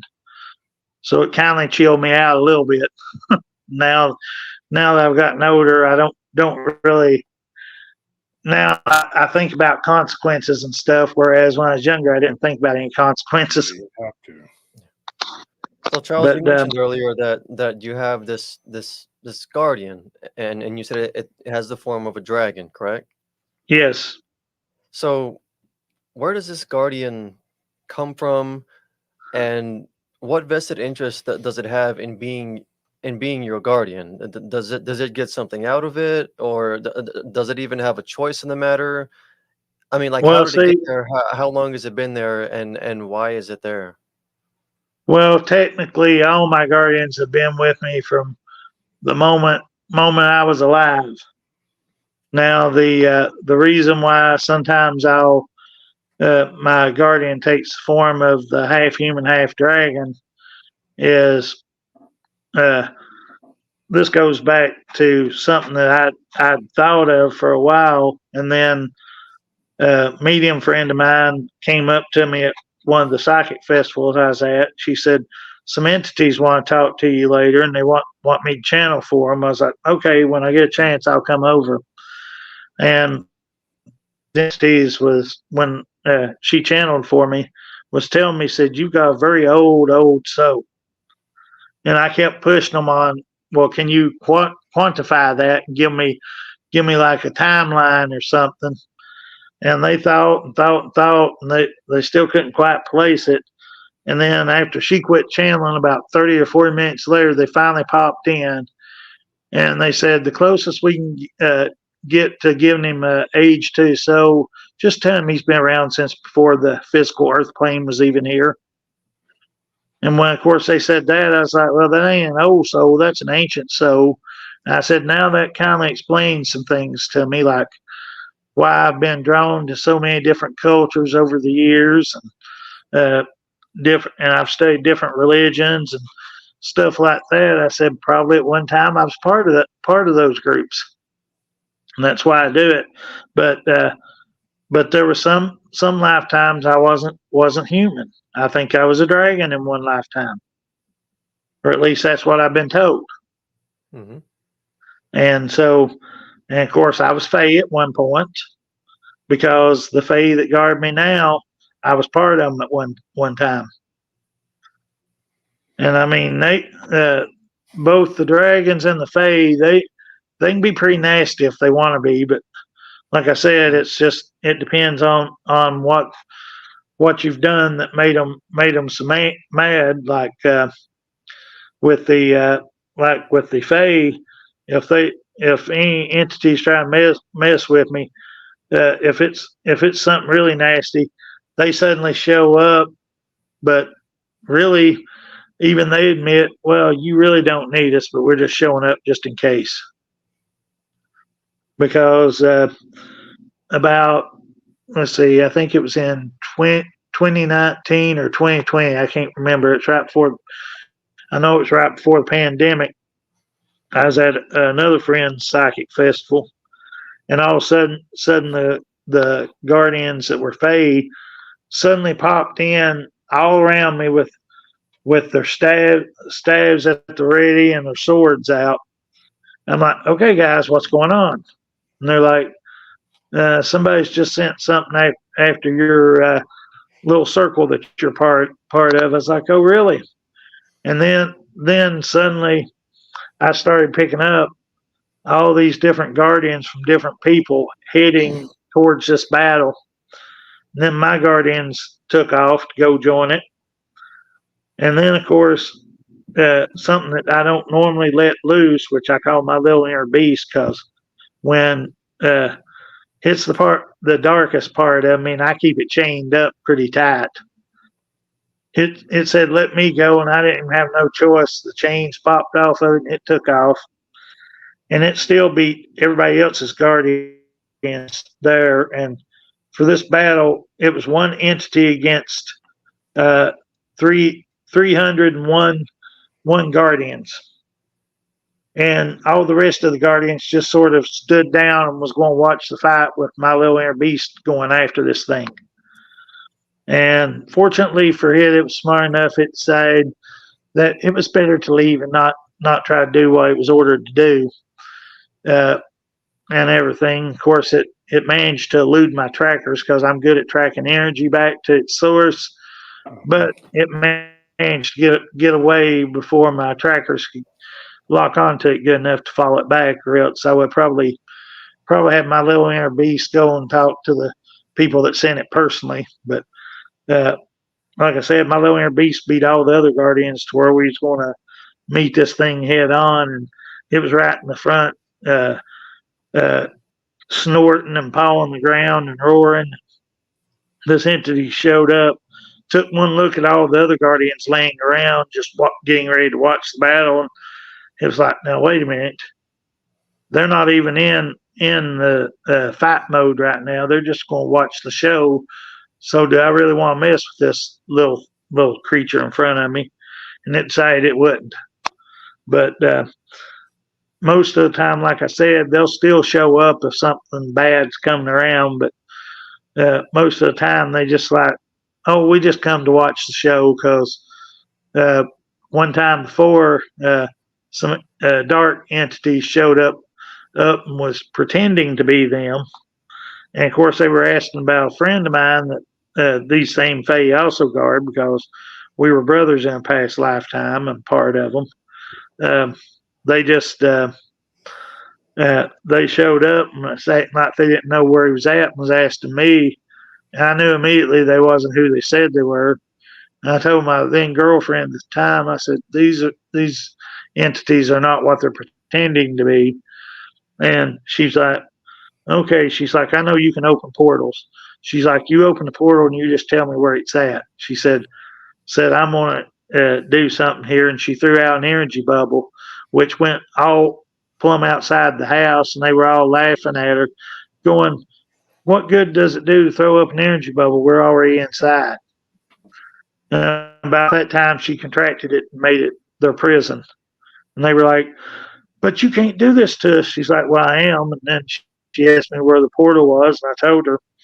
And she shoved them through the wall, which she wasn't that powerful at the time, so her energy bubble busted. But where she shoved them through the wall, my portal was right outside, and it sucked them into that portal. And then a few minutes later, here came those same Fae showing up. They're like, what? The battle's already over with? We didn't get to even have any fun? I was like, well, sorry. And they're like, what'd you do? I said, well, I just opened the portal, and I said, she trapped them in an energy bubble, and she sent them out to the portal, and the portal sucked them away. And they're like, where'd you open a portal to? I said, oh, I took a page out of your book. I said, I sent those negative entities to a plane of light with no energy bubble. So they were pretty much destroyed almost instantly when they got there. So and everything. Charles, that's some pretty interesting stuff. We're going to bring on some other people. We had somebody that was well, we have a couple people. We had another person that came in, but it said that their device was not connected correctly. So I'm going to tell them you need to come back in and get your device connected correctly. If anybody wants to, there's the link right there to the call in. You have a lot of stuff, Charles. You can come back again. And we can give Yeah, you I mean, some I more. just barely touched the surface on a few little things. Mhm.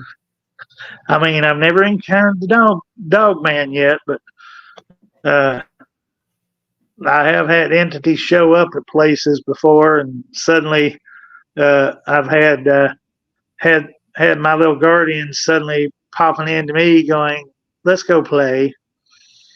And usually, once that happens, whatever nasty things around, it don't stay around very long. Hmm. All right, Charles. Well, it was good talking to you. Thank you for being a paranormal roundtable listener, also known as a paratrooper. I like your shirt, and Yeah. thank you for calling in tonight. We appreciate it. Yeah, like I said, I said, well, I'll just pop in, give them a few minutes talking about different things. But yeah, I really do think it's interesting that family of Bigfoot pretty much adopted me. Now they're like, okay, he's a good guy because he helps protect us. One time Big Red even told me his mate was kindly sick, so I sent healing energy her way. And of course, she got better shortly after that. Because I do have the gift of healing things, which one of these days I'll have to tell you about the story when I met Jesus in a dream, and we had a long discussion. Wow. And it was actually down in Mexico. In that dream. But it didn't convince you to follow him. Well, actually, when we were talking, he's like, I know you're pagan and everything. And he said, but I want you to do something for me. He's like, I want you to go out and heal people. I said, why is most people going to listen to me? I'm a nobody. He's like, just tell them you're healing in my name. Interesting. And Well, everything. we got to talk about that at some point. I would, though, strongly suggest to you, as per my belief, that you accept him as your Lord and Savior, because it is a hedge against evil. Well, see, like I said, I've called on him before, and he's come to me and helped me. Now, you did say that whenever you encountered this entity that was pretending to be your mother, that when you called on the name of Christ, that it worked immediately. Yeah, I told her, I said, in the name of Christ, I command you to leave. Exclusively. If it were me, I would stick to that exclusively. But well, I mean, your own person, okay. usually, like I said, even the little circle I'm part of one night, our high priestess actually asked Jesus to show up because she wanted us to feel different energies and everything. And there was only 2 people in the entire group that realized whose energy that we were feeling, and the rest of them's like, why would Jesus come to a pagan group? And our high priestess was like, because I asked him to. Yeah, well, when Christ walked the earth, he hung out with people who needed him. Yeah, he basically, I mean, if he came back tomorrow, I have a strong suspicion a lot of the so-called Christians would suddenly be surprised, because he'd be like, what have you done in my name?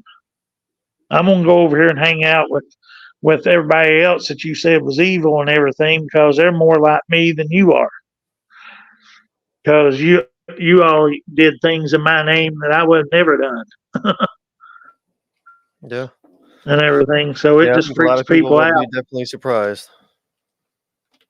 But yeah, like I said, I pretty much I like what Christ stood for and everything. I just can't stand most of the so-called hypocrites. I mean, I met a few true Christians, and actually some of them's come and hung out at pagan festivals with us and everything else. And I'm like, you all are what are the Christ-like Christians. I said, you all don't judge everybody, because I point out to people that really start saying, "Oh, you're evil and you're going to hell for your beliefs and all that." And I'm like, well, doesn't your own Bible say you shouldn't judge other people? If that's supposed to be reserved for God, because if you judge other people, you'll be judged with the same standard. So aren't you almost automatically condemning yourself to hell because you're trying to condemn someone else to hell? And everything that really freaks people out when I can quote Bible verses and stuff, because I studied the Bible. I've studied like the Buddhist and a little bit of the Jewish faith, and I'm just a student of everything.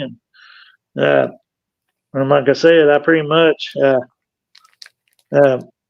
when they really get on my nerves, I start pointing out that most of the Christian holidays were actually just pagan holidays that they modified because they wanted to counter paganism. And then if they really get on my nerves, I point out that their own historical theologians actually said that there was no way Christ was born in December. It was more like August or September when the harvest came in. Right. And Even then, like the dates don't really matter. It's just like we were talking about with languages, with sigils. The dates of certain holidays, in my opinion, don't really matter either. All that matters really is the intention. Yeah. So like the whole argument between people as far as when Christ was born, or what dates we celebrate, what holidays. Yeah. It's kind of a moot point to me, Yeah, I mean, like basically, if you take try a day to to be a celebrate the good birth of Christ. person and do the right thing, then you're on the right path. Mm-hmm. And see, I firmly believe, which a lot of people go, well, how come pagans are polytheistic? I said, well, if you go back far enough, you will actually see that we're really, it actually sprung from monotheism, because we believe in an unknowable divine source that a human mind just can't comprehend. And I said, basically, I said, I just told him, I said, and then the divine source split into the god and the goddess, and then the different gods or the god and goddess created the different gods and goddesses. And then humans gradually attributed different gods and goddesses with certain duties, like Thor being the god of thunder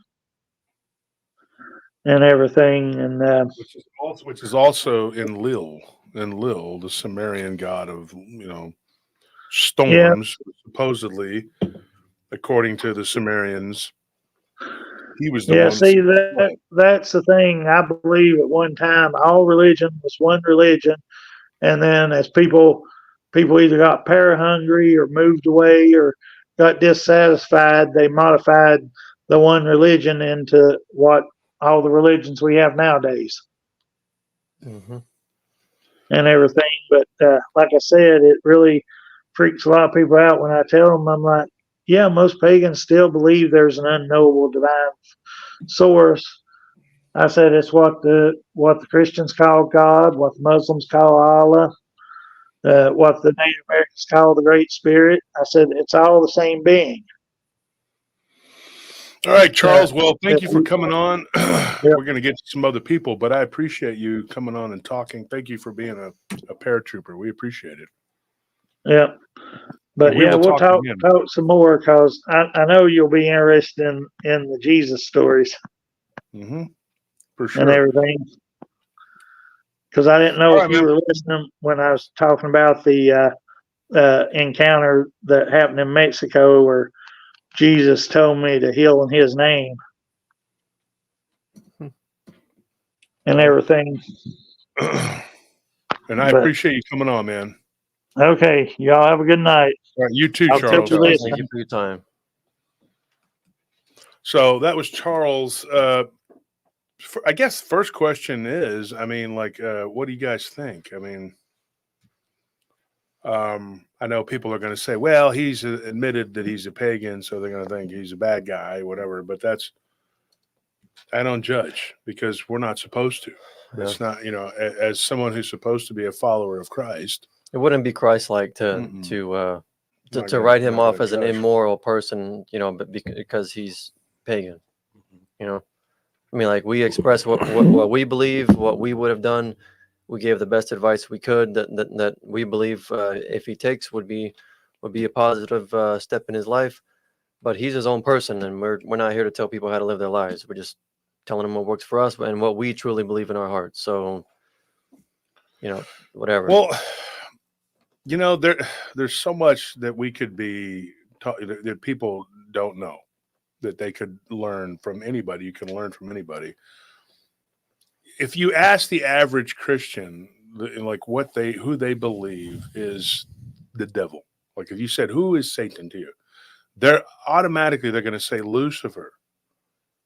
But that's because they don't like that is one entity. And I don't know, look it up. I think he's only mentioned 3 times in the Bible.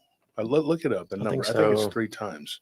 There's a great comment under fire. They said, there's some truth in everything. It was very interesting, his experience. He needs to be more careful, in my opinion, but he does not seem to be a bad soul. Mm-hmm. Nelly, you need to come on, get on so we can put you on here. And so... I wanted to say something. Did you guys hear something? When, just now? No, when he was talking, like when I got up, I had one headphone in, like I usually do, because I like to keep it like that. I knew he was a demon. But I heard like a crash. Damn it, Charles, why did you trick us? That's why, like, I started looking at you and like Anthony, because I was wondering if you guys heard anything. You heard something? Yeah. Well, this whole building is weird though, because like it was about 2 weeks ago. We were leaving after we recorded, and I was ahead of you guys, and y'all were back here talking. I was walking, and I saw a shadow inside one of the offices downstairs. Mm-hmm. And so I know that one guy, he's always working late, but he wasn't there. And when we went around the corner, his vehicle wasn't there. There was nobody in there. So it was just like a shadow staring at me through the window. So I guess I saw a shadow. I don't know what it was. Like, I just heard like a crashing, so I went to go see if something fell. But so it's either 3 or 4 times that the name specifically Lucifer appears in the Bible. And what people don't understand is he led a third of the angels in rebellion, but there was another group that was called the Watchers, and of course their leader was, his name starts with an A. Well, we might as well. I mean, we said Lucifer. His name was Azazel, and Semyaza was a big part of the problem. I said I got it wrong yesterday. I was saying that Semyaza was the leader. He was one of the leaders, but Azazel was the main guy. And they were the Watchers. And, a lot of people equate him with Zeus, but it gets kind of convoluted because then they were the Titans. But the Titans actually could have been Lucifer's people. The Watchers came down and put them, like, imprisoned them because they were roaming around the earth. So there is this weird, it's very convoluted because in Islam, they have Iblis. And most scholars, Christian and Islamic, agree that Iblis is Azazel, right? And they'll say that that's actually who that is. And that is Satan, or the chief of the Shaitan. Okay. But if that's the case, then who is Lucifer? Because Lucifer is not Iblis and he's not Azazel. So you have this whole, weird, demonic hierarchy or whatever the hell it is that's going on. And it's hard to, to pinpoint.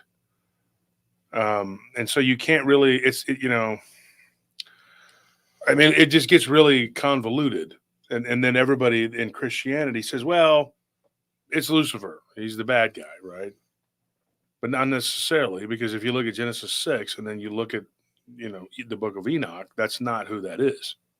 It's not. And then if you're a Muslim, then they're always just like, well, it's Iblis. He's the head of the jinn. And the jinn are not demons in the way that we look at them, because demons to us are fallen angels. And for some reason in Christianity, they like to think that everything is a demon. But a demon to them is a fallen angel, but they're not. Demons are the Nephilim and then children of the Nephilim. You see what I'm saying? Mm-hmm. There's a whole bloodline lineage there. And the fallen angels, the actual fallen, there were 200 of them. The angels that fell with Lucifer when he was kicked out of heaven. Mm-hmm. But if you also, Michael, Saint Michael kicked Satan out of heaven. So he kicked Satan out of heaven.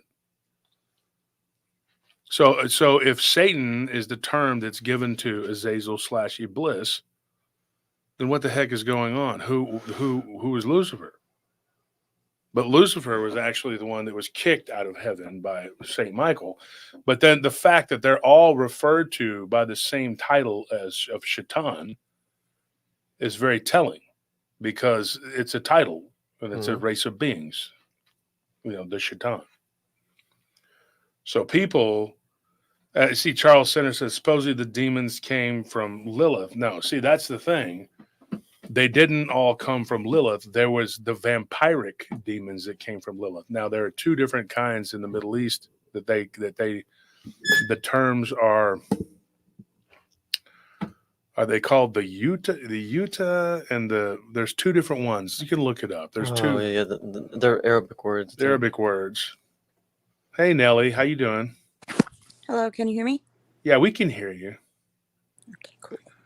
So we're over here talking about these, like what this is and what we're dealing with and whatever. As far as if you were to go back and look at like who did what and when, it's just a long timeline of people or beings acting up, basically. And it just goes on and on and on. But I don't know. We can ask this guy. He comes on all the time. Hey, Trance, what are you doing? Hey, how's it going? Give us your opinion. Give us your opinion. You're now. You're into some weird stuff. I've We see your kind of been shirts listening on the devils and the jinn, the demons. Mm-hmm. Here's Vampire. what I'll say.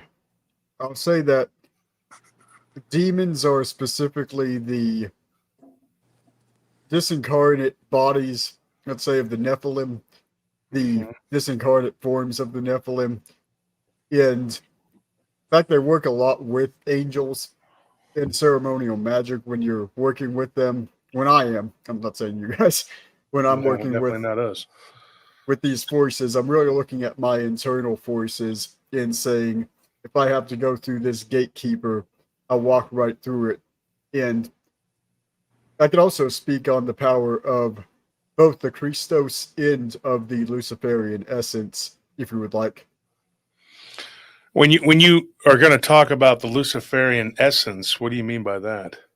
Well, I'm going back to the idea of Prometheus. I'm not really that knowledgeable of Prometheus as a god, as a deity, I should say. I look at more than the word gods. But looking at the way that the fire is taken from these other entities that prefer to call themselves gods, but we know how much of a trick that is beyond the father of everything, beyond even naming that a father, the idea of the light that everything is begat from. The idea of these forces that want to call themselves gods, we could even go back to angels and demons, and the idea of Lucifer is taking that light and realizing that there are not only external aspects in the universe, but parts of the self that can be realized for this beautiful, true, encompassing power of the human spirit. a lot of people get tied down by those archontic forces or ruling forces because they see them as purely external. And when they have to call upon whatever forces that might protect them in specific cases, say Jesus Christ, and I do believe in him, I use that power quite often. Let's say I call upon that power, just like this other man was talking about previously, and to go through these gatekeepers to realize my own power, but also knowing my place in the universe. I'm not some god or anything. I'm just a person, point of consciousness in this equation. And so, because a lot, the Yazidi, and I've talked about these people before, they have a very interesting belief. It's a very interesting view. And they believe that Lucifer was actually the connection between the heaven and us. It can be said. Yeah. And so they get attacked big time in wherever they're at, because people they believe their belief in the peacock god, which he is the god of this world because he was given this world by the true higher god. But supposedly, according to the Yazidi, we're supposed to respect and even worship this other god that was given this world because he's the boss of this world, because the one most high gave it to him. And they believe, and this is weird, they believe that Lucifer is that god, but they have another name for him, like Teos. Mm-hmm. And Teos I believe. Yeah, and they say that he was forgiven by God. Okay, that he was forgiven. We're not supposed to say anything ill of him because God forgave him. That is what they believe. Now, they believe in the devil. Is their belief in who the bad guy is? The devil is not the Lucifer. It is Azazel. Like, he is the bad guy, and he is chained up. And when it says that Satan will be loosed after his internment, he will be loosed for 1,000 years. It's actually Azazel / Abyss, Mm-hmm. right? Now, there is another thing that people don't understand. Now, there is a belief in the Middle East and across the world that there are 7 towers of Satan. Mm-hmm. They have 7 strongholds around the world. Supposedly where the 7 angels fell. They fell, and those were the bad guys. But only Lucifer repented, according to their belief. According to the Yazidi, and not just them. There are others who've had this belief before too, and since. I mean, but if you look at the different points of entry where they fell, there are like meteor strikes.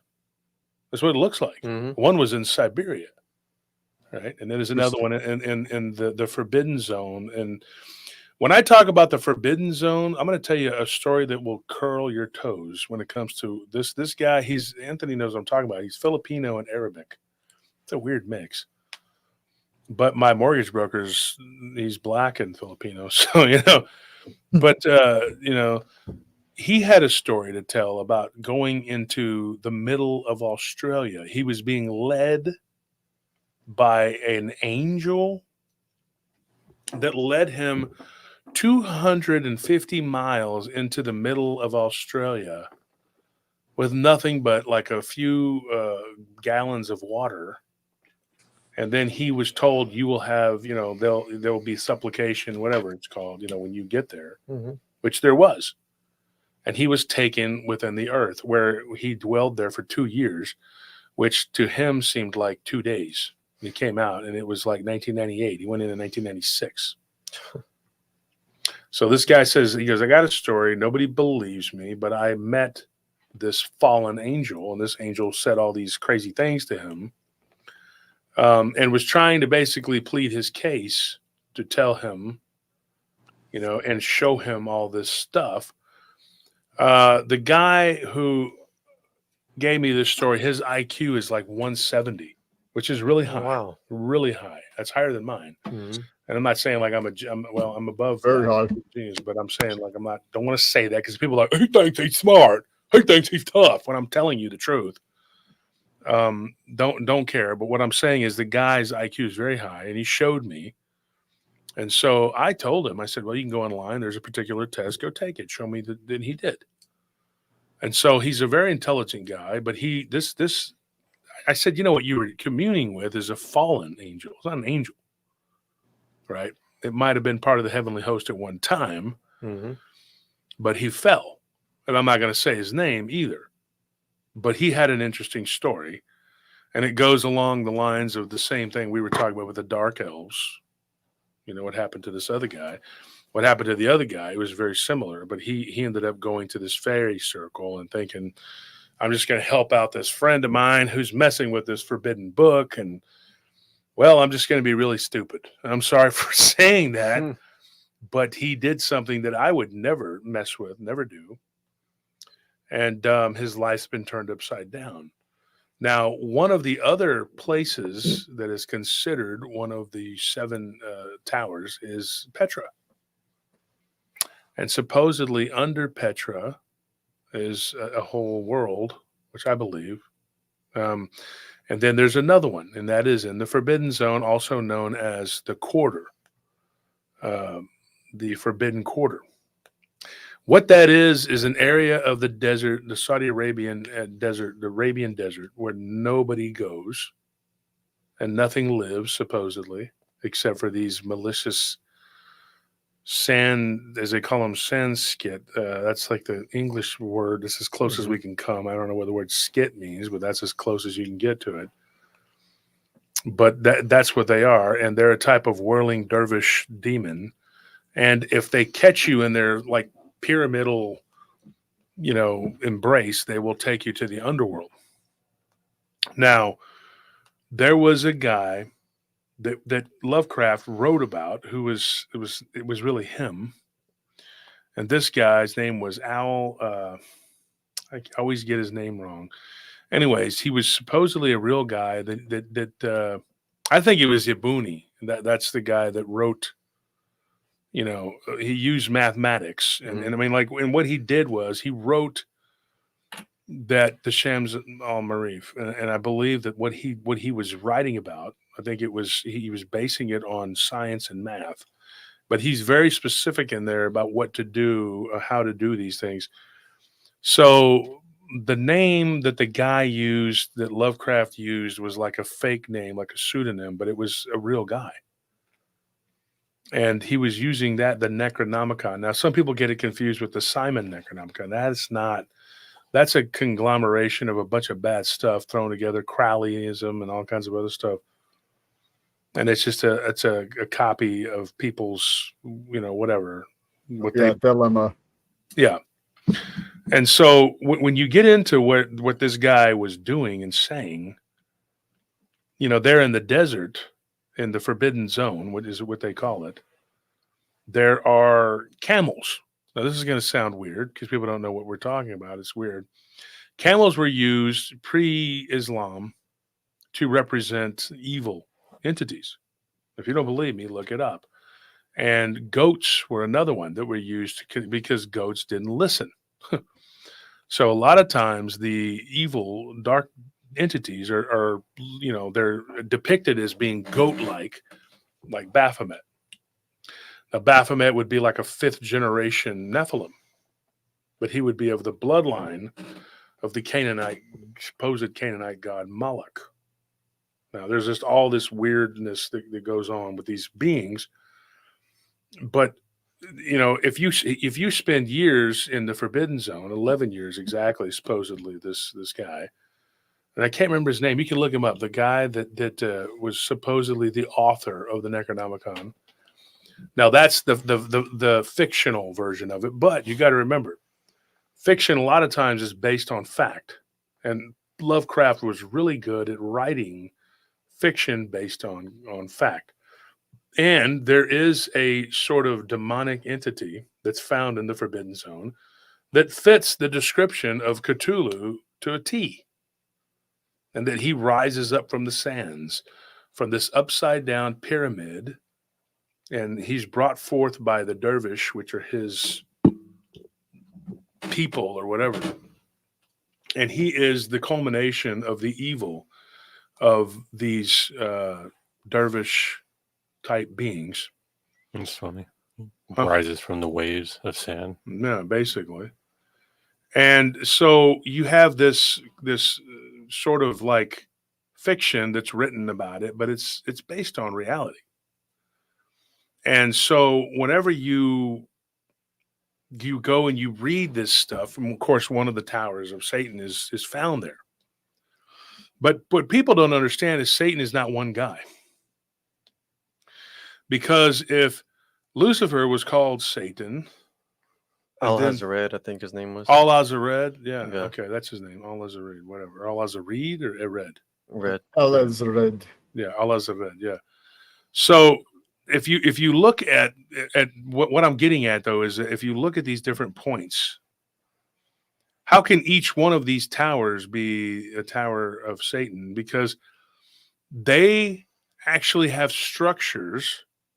Now, one of them is in Yemen, which is not, it's no longer there. It's just a giant, if you look at it from a satellite, it is literally a rectangle that looks like the base of something was once built there. And if you look at these buildings, and you can see like these people riding on camelback, and there'll be Bedouins, and they'll be riding in front of the ruins of these buildings that are like 10 stories high, and all you'll see is just like a wall. The building is no longer there. It's like the red wall, the red snake wall, or the Gorgon wall of Alexander.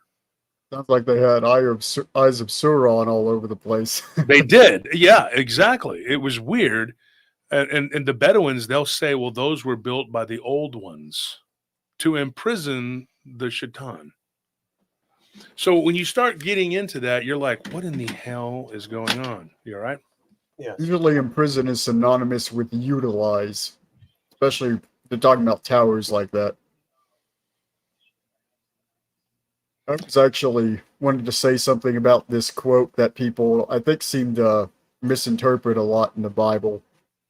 There's the Isaiah 14:12. People like to bring up the aspect of Lucifer falling from heaven when it's actually in reference to a king, I believe, the king of Babylon. Mm-hmm. It goes on about how really the translation was the modern verse says Lucifer because it was Latin for the morning star or even the evening star being Venus, because that's literally the planet, but symbolically it was representing Venus had fallen from heaven, and this was to represent the light of the sun, which is oftentimes symbolically even the Christ essence. It's also the real Christ of Jesus Christ within him that came to earth. But he has that large aspect of the solar light in the sky. This was to represent that Lucifer's light, it's only a mere reflection of the solar light or Jesus Christ. We could say that this verse was talking about the king of Babylon in this time had fallen from heaven because he was trying to mimic the solar light, thinking he's great and mighty, when he is merely just a reflection and he is falling. Yeah, and Ron Yelton just made a good point here. He says, according to my wife, who's Middle Eastern, the jinns leader is house deep in the ocean. One of them definitely is. It's in the Atlantic. Definitely There's is. Off the coast of Leviathan, Africa. I believe, isn't it? Huh? Is this Leviathan or a different Leviathan, one? yeah. But, well, there's different, like a lot of people believe that Mammon exists there too in the Atlantic, because a lot of the business is done back and forth, but over the Atlantic. It's a really weird thing when you stop and you look at these beings, and then somebody says black stone, aka black rock, yeah, and that's all part of the black stone. These beings being housed in these towers. These towers were supposedly built by a race of ancient giants, and they are superior to humans in every way. They are like, intellectually superior. They're stronger than we are. They're bigger, whatever. So yeah, it is odd. But what's even more terrifying is the fact that they've all crumbled. So if they were ever once imprisoned in these things, they're not anymore, because all these towers have been destroyed. And these towers date back to time immemorial. Nobody really knows where they came from or how long. I mean, they're just so it's ridiculous, like how long ago. If And you line them so up, they probably have really cool geo points on maps and at yeah, they do their actually. If you locations. look at them, just look it up. I mean, you can probably figure it out. But like I said, I would strongly suggest never messing with these books because I can tell you stories on how people who say, well, and there's another person that recently messaged me and she's like, I've been contacted by this entity, the one with the A. And there's 3 or 4 of them. The names start with an A, and none of them are good at all. You don't want to answer that. They are all fallen. They are not demons. Demons are something else. These things are worse. These are archons. Jesus tells his brother James at one point, he says to flee Jerusalem, for it is full of archons. He's saying that Jerusalem is not a good place. It is not a nice place. I know people who've gone to Jerusalem. I want to go to the Holy Land, and I want to walk, and I want to be amongst all the whatever, and they get horrible attachments. They come back and do horrible things because it's infested with them. Jesus tells us this. Now,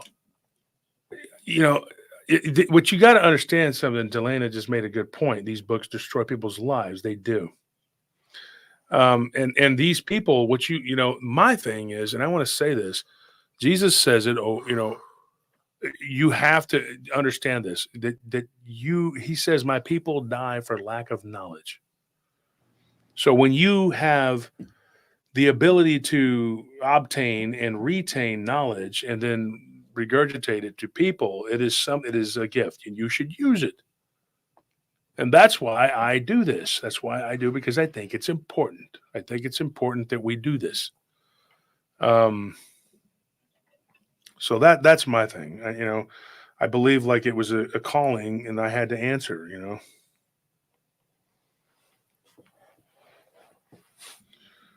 So, it's just, so let me ask you, let me get into the next call. Ari, I'm going to let you run All for right, now. great. You can hop back on in a little bit if you want, but, I saw you in the queue. So, I'm going to let you run. I got to get another call in. Okay. All right. All right. Thanks. Thanks, sir. Coming on like always, man. So, Unaverage Joe, what's going on here? What's going on with you? Hey, not much. Just really enjoying the show tonight. Since I came on that last time and finding your show, I've really been enjoying a lot of your past shows and doing some catch up. And man, I'm really glad I found you guys because I can share some of my stories that that I got to share from my travels. But and then of course I did share with you guys last time about how I am going through gang stalking and I had those strange encounters with 3 people that possibly were as we concluded might have been vampires. But when I was down in Peru and I was down there in the jungle, right? Of course, what I was doing was participating in ceremonies with shamans. And one of the shamans told me a couple stories actually. One in particular was about when she was a little girl, she went down to the river to go and play. And the reason she was sharing this story was because I was, swimming in the river.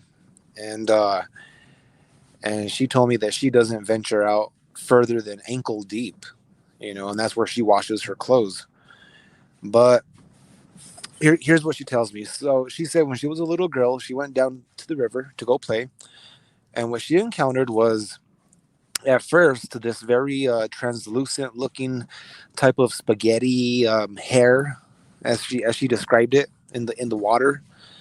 And as she got a little closer to it, then she saw that it was, attached to something, and it slowly started to come out of the water. And what she saw was what's known to them down there in Peru as a sirena or a siren, right? Yeah. Or also as a mermaid. And she said what she saw was the most hideous looking face on a woman that she's ever seen. And she just described that this mermaid looking thing. Oh, did we lose him? You Let's see give that, him. Nelly? Let's give him a second. He's talking about mermaids. Yeah. You hear me? Yeah, I can hear you. Okay.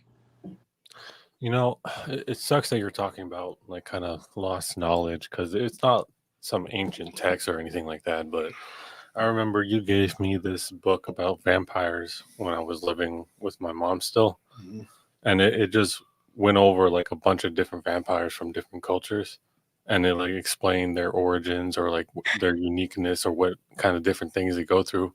And I just, since we've been talking about vampires so much, I've been kicking myself that I don't have that book anymore. I don't even remember which one it was. It was a big old picture book, and it would have the vampire, or like it would have a picture of the vampire, and then on the next page it would go over everything about it. Pop And up. it wasn't pop up, but I remember A pop-up book. I remember just looking at the pictures, and they were terrifying. Some of them.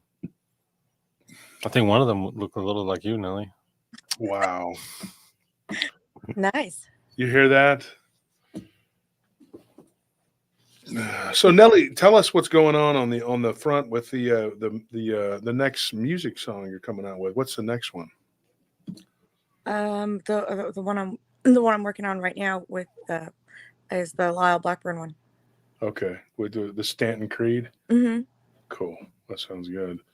I'm looking forward to it, man. I really we are working. You're working on an anthem too, right? A PRT anthem. Paratroopers. I can't Paratroopers. chat though, except I have to have it on the other one so I can see it, but it's not on my screen. Joe, if you're listening, because you're kind of when you came into the queue, you were blinking in and out. Like I don't know what's going on with your setup. With your internet, if it's bad or something. But come back in and try to get it set. And Sean is here now.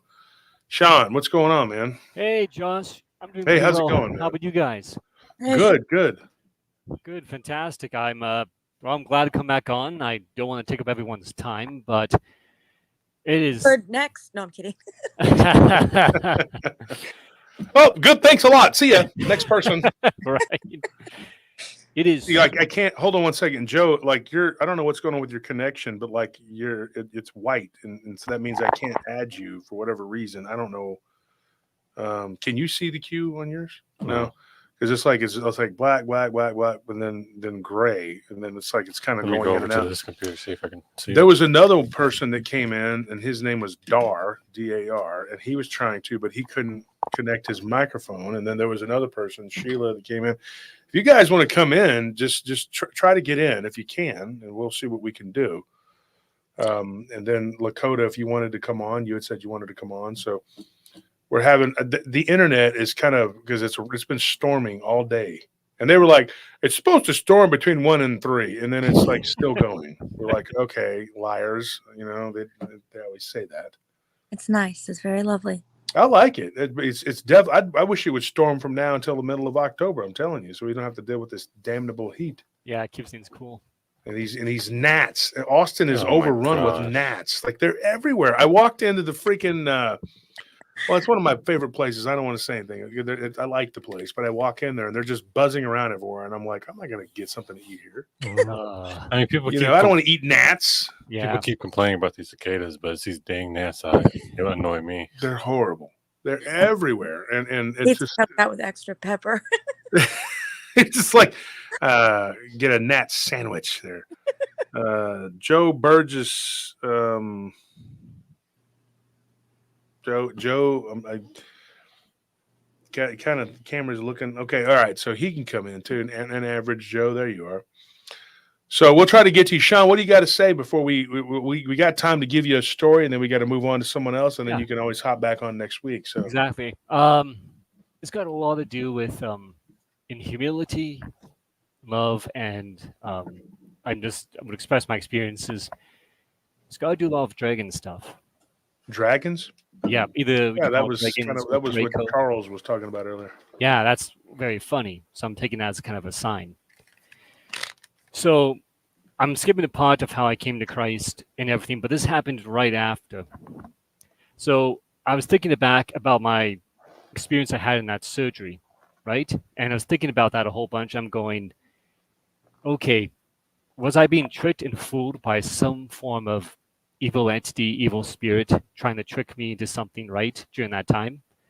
So I went through a prayer, and I did a pretty deep prayer to God and the Holy Trinity, to try to figure out kind of if I could get an answer to what was going on, to make sure I'm not damned or something bad happened, right? So what happened? I got a vision. My eyes are closed in prayer, and I got a vision.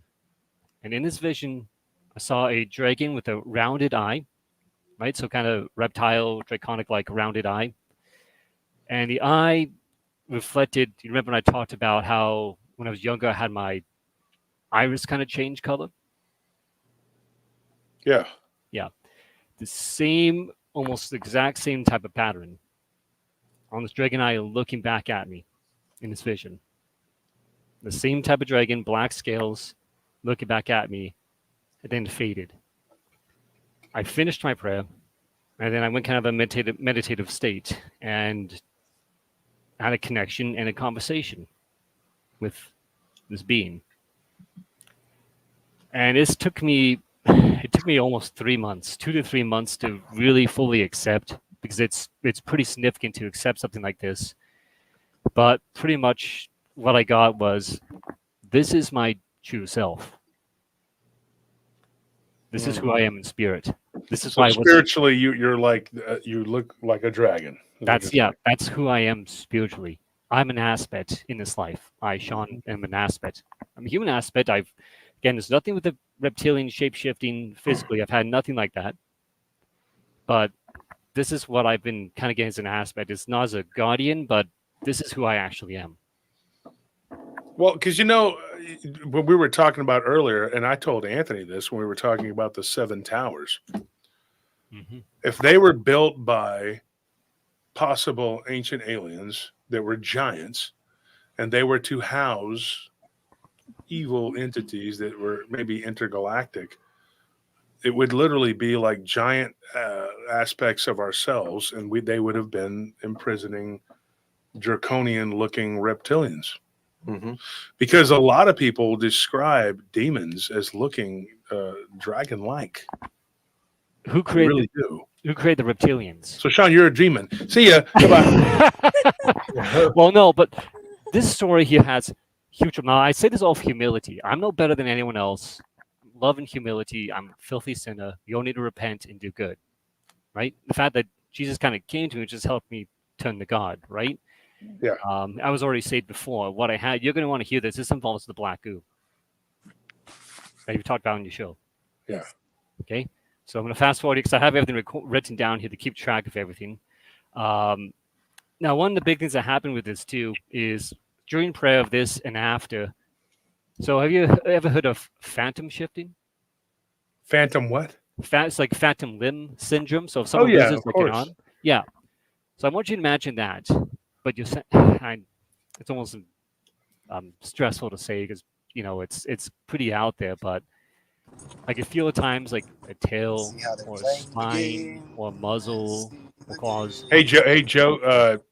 I wanted to see if your thing was on, and I clicked it. Can you just mute your mic for a second, okay? Can you hear me, Joe? I don't know if Joe can hear me. Hold on one second, Sean. Joe, can you hear me? I clicked it on accident. I think we can mute his mic. Hang on. I got it. I did it right there. Okay. All right, go ahead, Sean. All good. So I would feel these things, and this was stuff would happen in the middle of my prayer to God, right? The Jesus, I had these times of doubts, and then I began sensing this fathom shifting and stuff going on, and it still goes on all the way to this day. So I'm taking this as a sign of God to kind of to accept it, to not be scared. And because I was a little bit scared, I was a little bit hesitant, but talking to this being my higher self, I've had nothing but compassion, love, unconditional love, and an encouragement to keep on seeking out Jesus Christ, God, and the Holy Spirit. Saying I'm on the right path, that he's proud of me, that I'm finally on where I need to be, the right path. Nothing negative, encouraging and positive. And that he's been held back, patient the entire time, trusting in God to let me get to the state. Mhm. Now, what happened to you next is very important. I've had 2 times since then, and a 3rd time just recently, where I've closed my eyes and I have had like between 9 and 10 different dragon reptile-like eyes looking at me. A very simple thing, but each one's like a Wow. different color, entire different creature, but all of them kind of the same type. And I'm pretty sure some of them were reptilian as well. And so that's Wow. weird because I seem like I've drawn attention to myself with this. And then it gets a bit more alarming. So this has happened. This went from last year to this year. And this year, this is the start of spring 2024. I was in one nightly prayer, and I had a face. This is going to sound pretty crazy because I didn't actually realize this in the Bible too much until later. But I had a face of a red dragon appear in my mind's eye, closed. Wow. And it said this to me. Let me ask you that. Hold on, before you say what it said to you. I mean, you don't think that this? You think that this is your true form? Not the red dragon, but this the black dragon kind of. When I've shared the odds in email, I know it's a lot. I'm humility in prayer, and I respect everyone if they don't agree. I'm not better than anyone else. We're all sinners. We're all here to try to do good in our lives. But this is what I've only can put together from my experiences. When I'm driving down the road and I can sense there's a Sasquatch 200 meters away from an enclosed vehicle, I pass by the spot looking at it. I'm going, there's something there. There's nothing there, but I sense something there. I look forward, I look back. There's a Sasquatch there looking at me with an odd look on his face in the middle of broad daylight. Some of these entities and stuff I've encountered have acted extremely, I'd say almost scared or hesitant from distance from what I've seen from my experiences. And in fact, I wasn't here for 9 years. And everything I've heard in this prayer from this being, and I've prayed to God, Jesus Christ, and the Holy Spirit many times to say, please correct me if I'm wrong in humility and love. Please, guide me so I'm not being misled or tricked. And every time I've done this, I've had either the phantom shifting or him talking to me being patience and love and just, it's a lot, but to accept. I've had, the love and presence, I think, of Jesus several times. It's heavy. It's really heavy, but everything I've had from this, I'm talking about what this entity said, and then the next thing to kind of like, okay, well, if this is the case, why am I not evil and all this stuff like we hear about the draconians and the reptilians? And I was given a vision of that, and I was during a prayer. Wow. But sorry, I'll continue if you have any more questions before.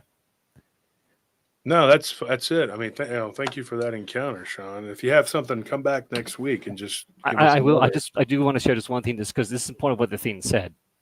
Okay. He said to me, this red dragon said specifically, "I will get you yet," before fading away at the end of the. And then I continued to finish the prayer. So I will share the rest later because I know you have more guests. But pretty much before I accepted Christ, there was a lot of bad stuff that I was pretty happy with who I was and was just waiting to, I guess, nab me when I die. I've even had a threat from one of them. Yeah, that is not good because No, then it's you'll end not. up in the abyss being Yeah. tormented until judgment. Yeah. Okay. All right, Sean. And also message me on private so we can talk. Okay. Sure. Just in the private chat. Yeah, like in private. Just hit me a message on Messenger. I think you've messaged me before, haven't you? Yes. Thanks. Yeah, and again, I'm message me. sorry. I know it's heavy, but I did want to say it. Okay, man. I'm gonna let you run, Sean. Thank you. Okay, no, thank you. Come back next week. Absolutely. All right. Bye. Bye. So, Joe Burgess, what's going on, my man? What do you got going on? Hi, Wolf. Hey, everyone. Hey, Jeff. I live in UK. I'm a very good friend. I don't know if you've heard of him, Paul Sinclair with True Oh, Proof. wow.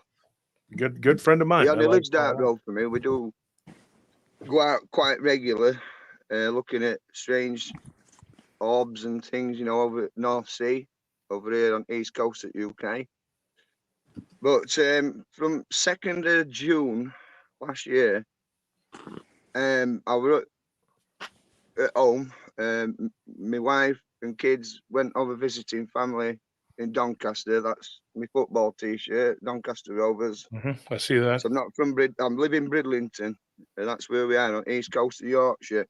There's an old RAF base further up at Vempton Cliffs where Paul investigates a lot. He's got a DVD out.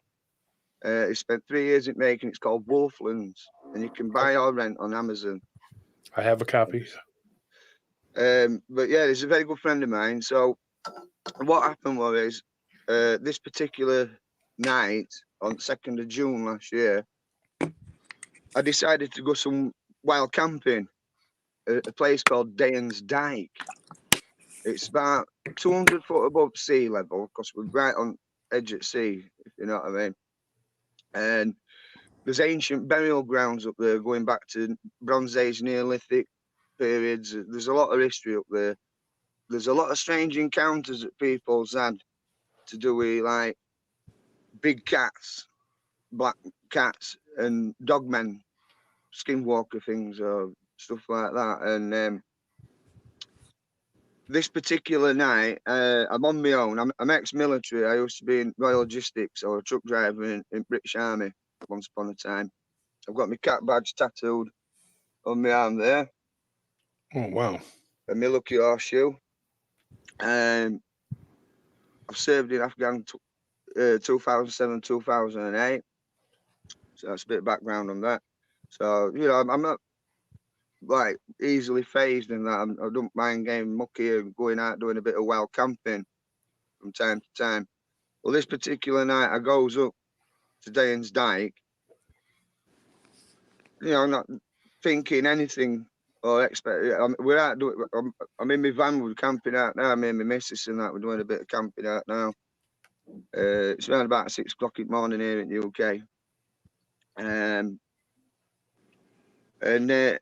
it got to around about. I'd got the fire going, you know, basic thing and that, you know, fire going. I'd had a bit of something to eat.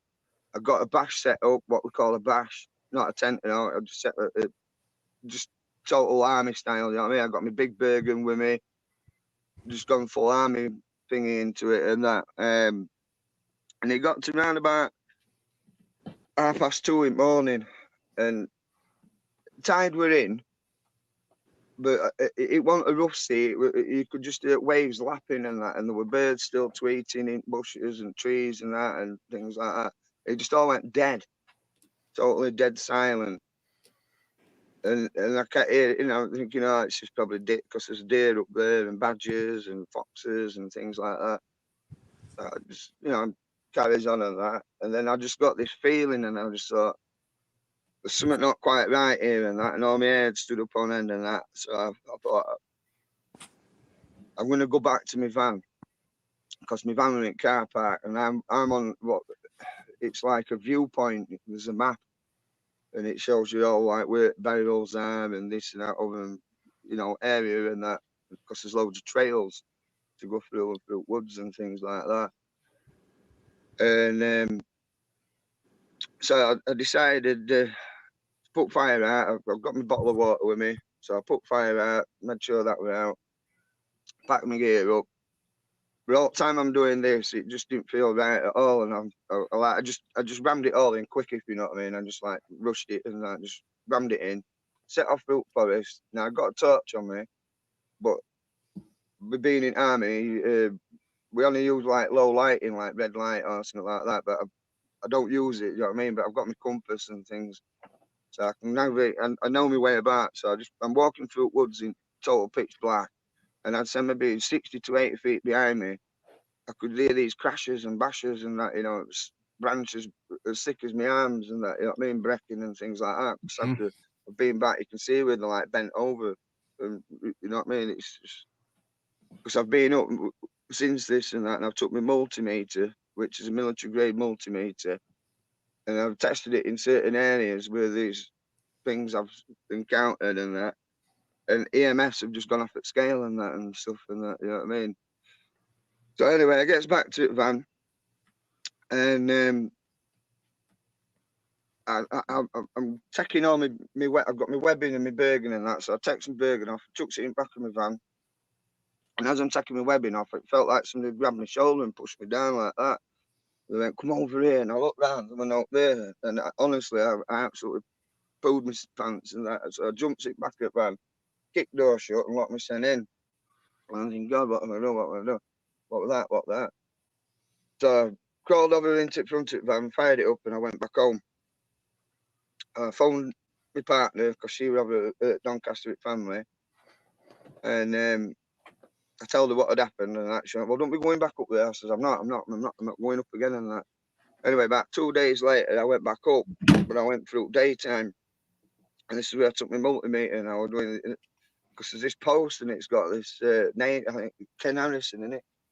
Yeah, Ken Harrison, and there's like these capital letters and that, and I don't know if it's a spell or something because there's some weird things that's come after this then. So I've gone back up again, camping out a few days, a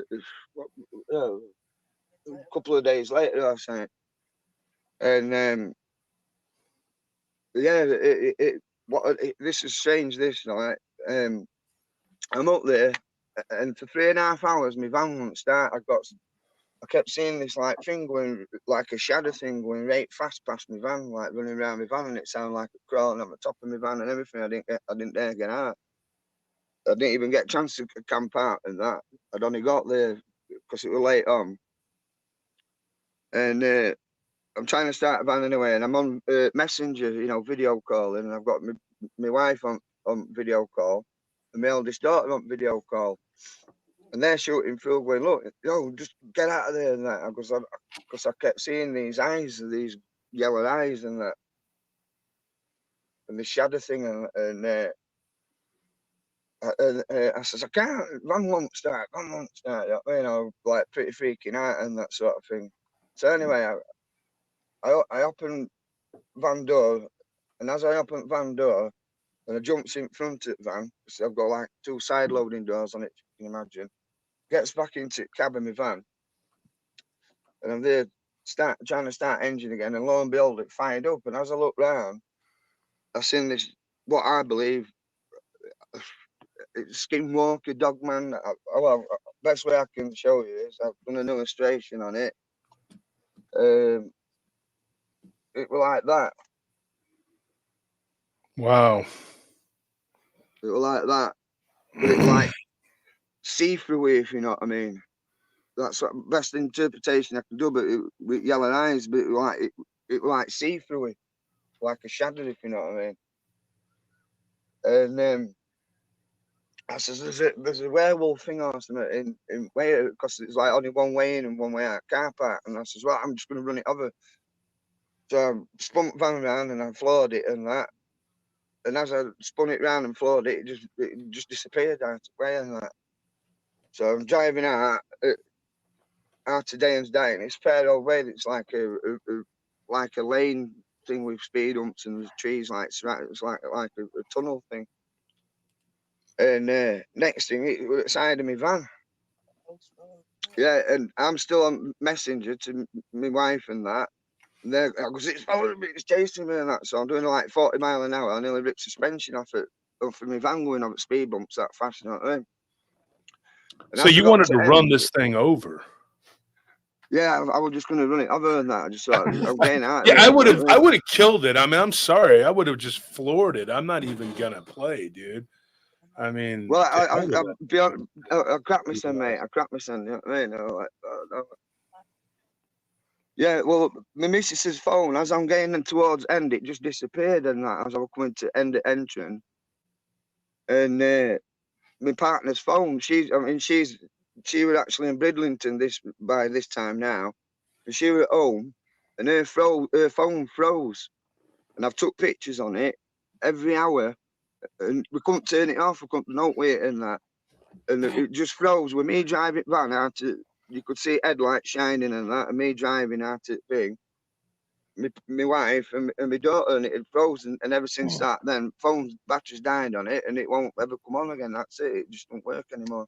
So let me ask you this, Nelly. When you and I were at the Werewolf Church, right, and we saw that, would we have just ran it over? I don't know. Is Nelly not there? She was saying that her stuff was glitching out, so it might not glitching out. Can you hear me? Yeah, I Yeah, can yeah, hear we hear you you. And, now. and so yeah. when we were at the werewolf church, would we, because you wanted to go, but then you didn't want to get out, which I don't blame you. I mean, you know, who would? But you saw what Joel saw. Wouldn't you just like run it over? I tried to drive away as fast as I could. I don't know about hitting it because that Well, could Joel damage was your like, I mean, car. Joel is nicer than me because I would have I would have just Yeah, bam but as what if hard as you I could. hit it and it destroys your vehicle and then it gets up? Well, Well, see, that's why you got to be smart. Is like as soon as you hit it, you immediately go in reverse because you always got to double tap. I watched Zombieland. double tap.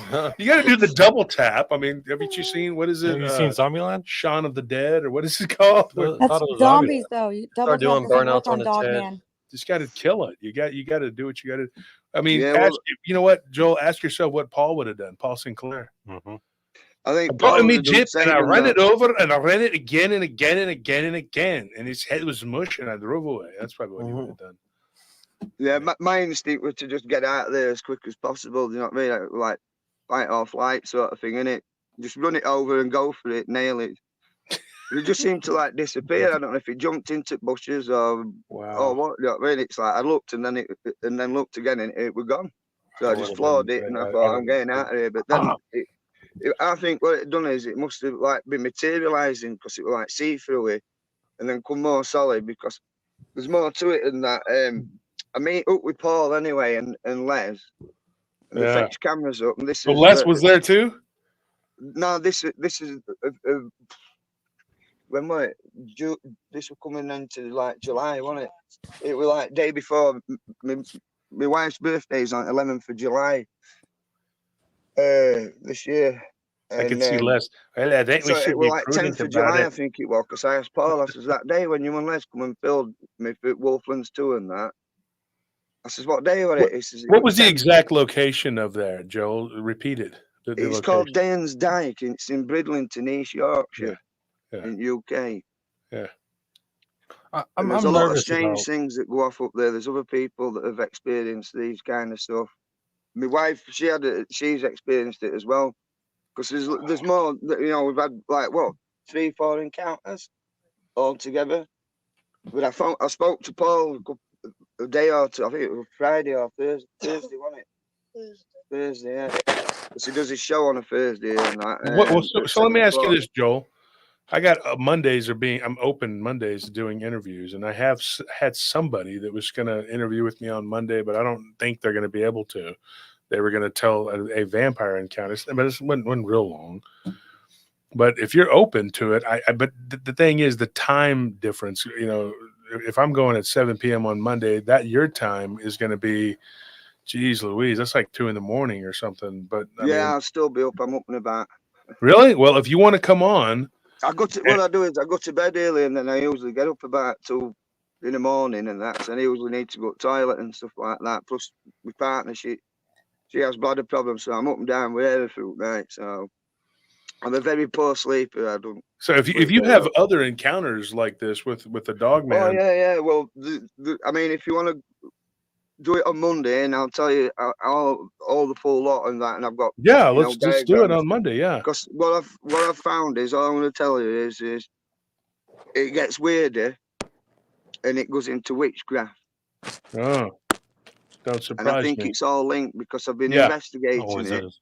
And I said to Paul the other day and that because my kids, I promised him, I says, I'm not going to go back up to Danes Dyke again.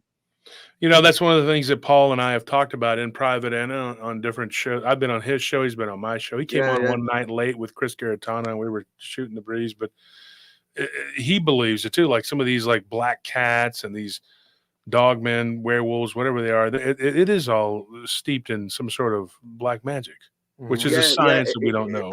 It definitely is something like that because I could tell you now, but if you want, I'm going to save it for Monday because let's do it Monday. This is really get in touch with me, Joel. Do you have my information on Facebook Messenger or? I'm on Facebook, and Messenger. Hit me on Messenger or email me at joshturner@prtpodcast.com. I'm also Josh Turner 940 on Instagram. So hit me up and we'll talk and let's see if we can set something up for Monday. And then we can, because I have the interview that was canceled. Yeah. It's funny, the lady's from Pennsylvania, but her encounter happened in Transylvania. But I don't think she's going to make it because I of work. believe it's to do with witchcraft things. Yeah. Because there were, there's loads of stuff. I mean, stuff Yeah. that I've heard what Paul's encountered, and there's other. Oh, I yeah. think, is it Yeah, Chris Turner in it? Paul's a really good friend of mine. Yeah, I just messaged him like a week ago or something. Yeah, let's do that on Monday and let's get to it. And so I'm gonna let you run, man. But nice one. But thank you for your time. It's an honor. Heck yeah. Thanks, Joel. Yeah, thank you all. That's awesome. Yeah, you guys be safe. All right. Yeah, And next time I would have just ran it over. Well, I've managed. I would have just gunned it. I've got some backup now. I've got 2 American bulldogs, and that the way 9 you go. stone each. So I'll take them with me. All right, then. Take care, everyone. Yeah. See ya. See you later. Get in touch with me. All right. Bye. I will do. Yeah. No problem. So that's crazy. So like that's nuts, dude. People see these things. I mean, like, and then when we were doing the research on the vampire thing, then they started talking about werewolves in Morocco and Ethiopia, and I was like, geez, they're so inextricably linked. You know what I mean? It's like you can tell. It's just it is. So we got several other people in the queue. Let me get back to Unaverage Joe. Hold on. Let me say something to Joseph G. Hey, you've been in the queue for a little bit there, Joseph. The show we're at the 3-hour mark, and we got a bell, and it's work. I wish I could sit here all freaking night. Yeah. If mine's not very long, but if you would donate, then we could just sit here all night and do nothing. We'd have to work. I hear you. I wish that was the case too. How long is it? Because I don't have much time. Maybe 2-3 minutes. I don't want to rush you. Not very, but you could always. It's not very long. It was just usually I work overnight shifts because I work in aerospace. So wow, it's kind of one of the times I got free because I work overnights usually. Yeah. So, I don't want to hold you guys up. I just want to say I'm a newer sub and I love your guys' podcast. It's great. Well, we appreciate you being a listener. Joseph. Yeah, thanks, Joseph. But if you want me to tell, I can just tell you real quick. I don't know. Have you heard of that? Like that demon face thing they're talking about now that's coming out. Well, this happened in Southern California of 21, and I was visiting a friend for her birthday. And I'm completely sober now. It's been over 2 years, but at this time I was taking micro doses, and there was a lady was a guy pulling a lady down the road in like a red Flyer wagon. And I'm with my friend, and she's like, being mean and stuff. And I'm like, you never know, the lady could have a problem or something. Because in California, they don't like people that smoke, so you have to go out off the property. So we went back inside. Like a couple hours later, I go back inside and smoke with her again, and the lady and the guy are coming back.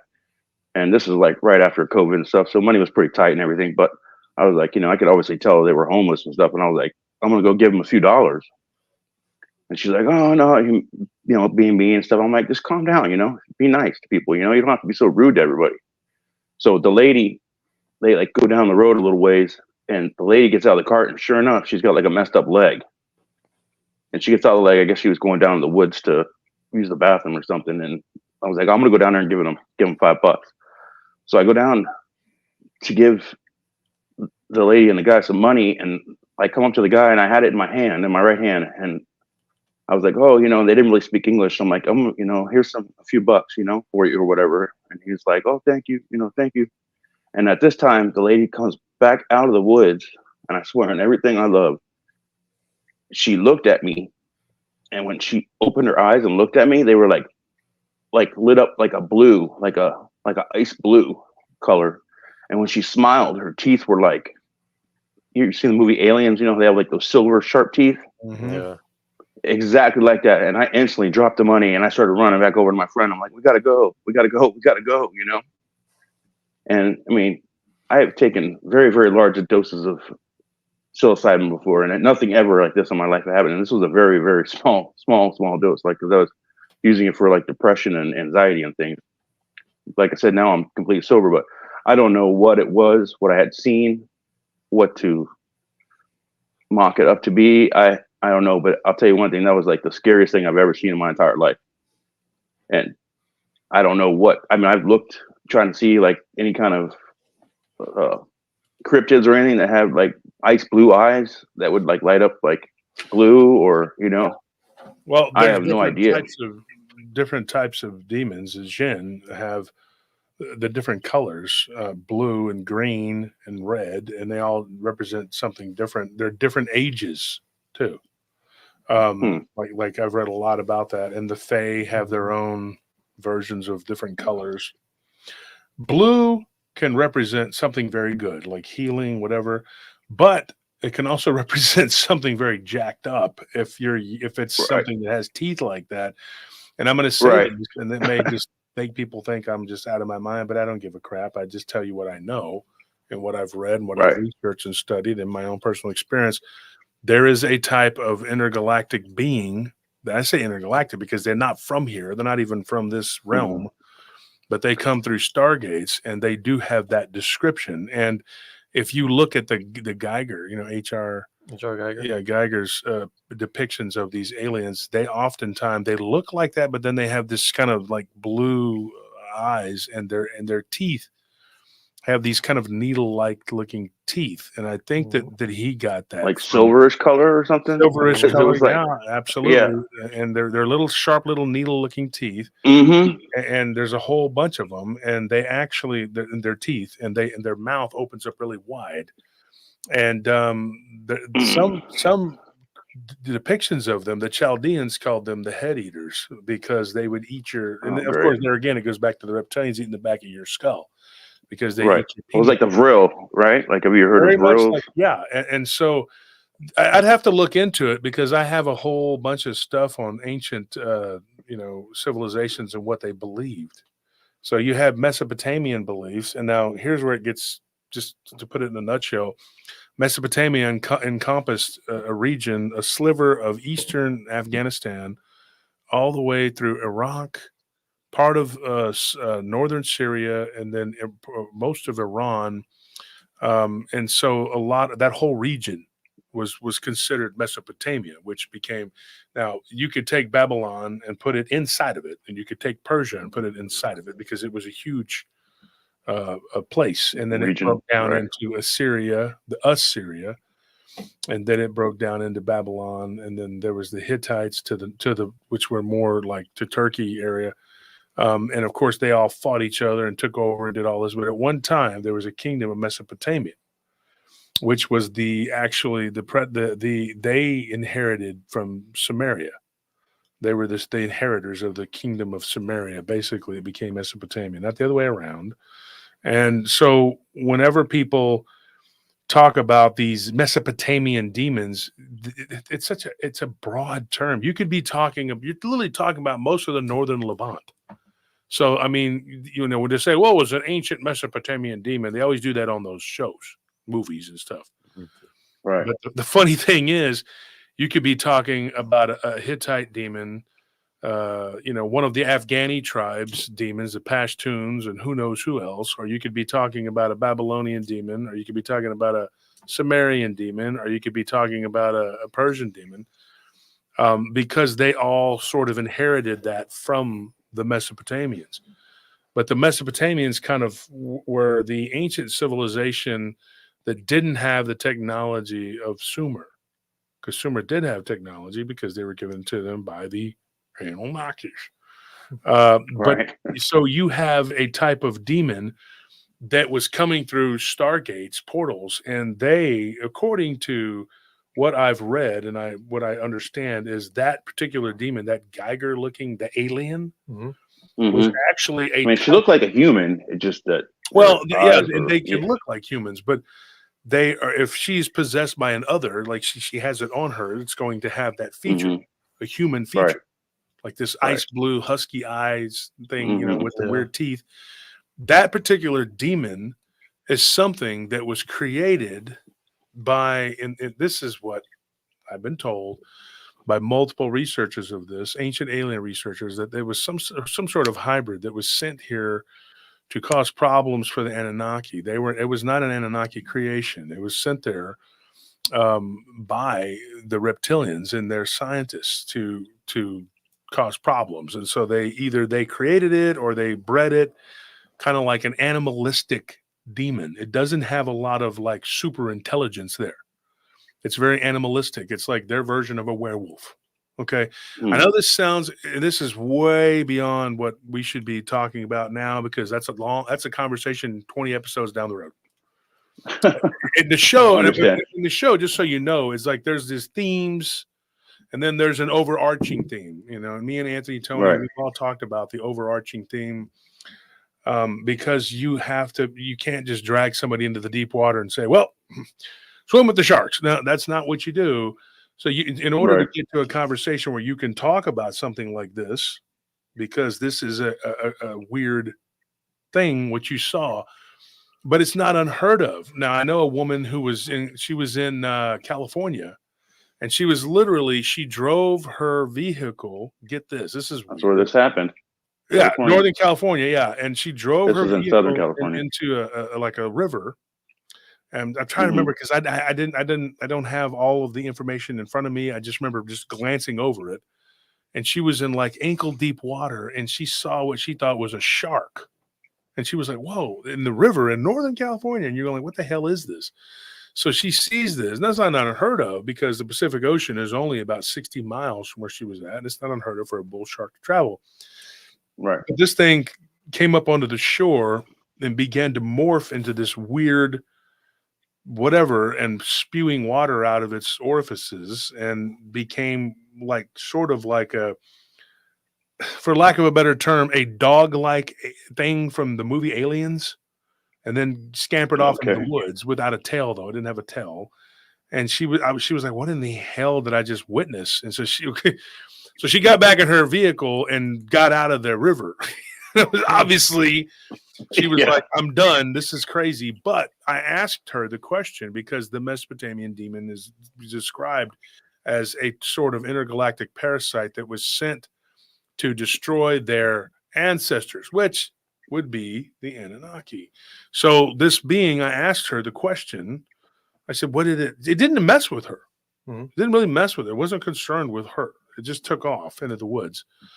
And I said, did you notice anything else? She said, yeah, I noticed like a blurry film around in that area where it was at, like there was a blur. And I said, okay, yeah, portal. And did it disappear? No, it went to the woods, but it was definitely changing, and she didn't get a look at teeth. So I can't verify the teeth, but there were blue streaks where the eyes would have been. And the head was not as elongated and weird, But if you look at like ancient Peruvian skulls, they have that elongated skull. Right. And there are some that are decked out in Egyptian ornate, garb. So you're going like, what the hell we got, is that? Right. I mean, we got pyramids in the Grand Canyon, all kinds of stuff. Yeah. Like There's a lot of places you can't go in the Grand Canyon, and people are like, well, I want to go there. I want to go there. It's probably for your own good in a way. I'm not always on board with what the government's doing, but whatever the hell they're doing there, I'm not going to be the guy that's like, well, let's go investigate, Scooby, because I want to get eaten by one of these things. No. Right. And I think that's probably what's going on. There was a guy who went a little too far into the Grand Canyon, and he gave us a story about a ghost that looked like an old prospector guy who basically woke him up and told him, leave, you're in danger, and then faded away. And then as he began to leave, he started being stalked by something that looked like a cat that had no flesh on its back with spikes. And I said, yeah, you are probably in big, big trouble. And thank God that the ghost of whatever that was, told you. I mean, and he was telling me, he was like, yeah, this is what happened to me. That could flesh that one out and maybe do that one tomorrow. That'd be cool. That'd be a good one. And his name was Isaiah. It was a young guy. And he was like, when I was in my 20s, he talks like he's an old man. He's 31. When I was in my 20s, five years ago, back in the, I'm in my 40s. And I'm like, dude, stop talking like that. All right. That's offensive to me. I'm old. All right. Come on. Right. And then people older than me are like, you're not old. I'm old. That's what I'm saying. I think you're about my age, Josh. Yeah. I'll be 49 in what? 7. 48. You're 48. 48. Well, yeah. But I'm old compared to the people in their 20s. They're like, oh my gosh, you're old, man. You know, it's only old and creepy if I'm hitting on you. Okay, don't worry about how old I am. If I'm over there like, hey, you like milk? I like milk too. Then it could be like the creepy old guy that's talking to me about milk. I'm not going to go up to people and just say, hey, what's going on? That's not me. What's your favorite kind of malt? Right. Yeah. Well, I just want to say I love you guys' show, Josh, and well, thank you for that story. I've been praying for you, man.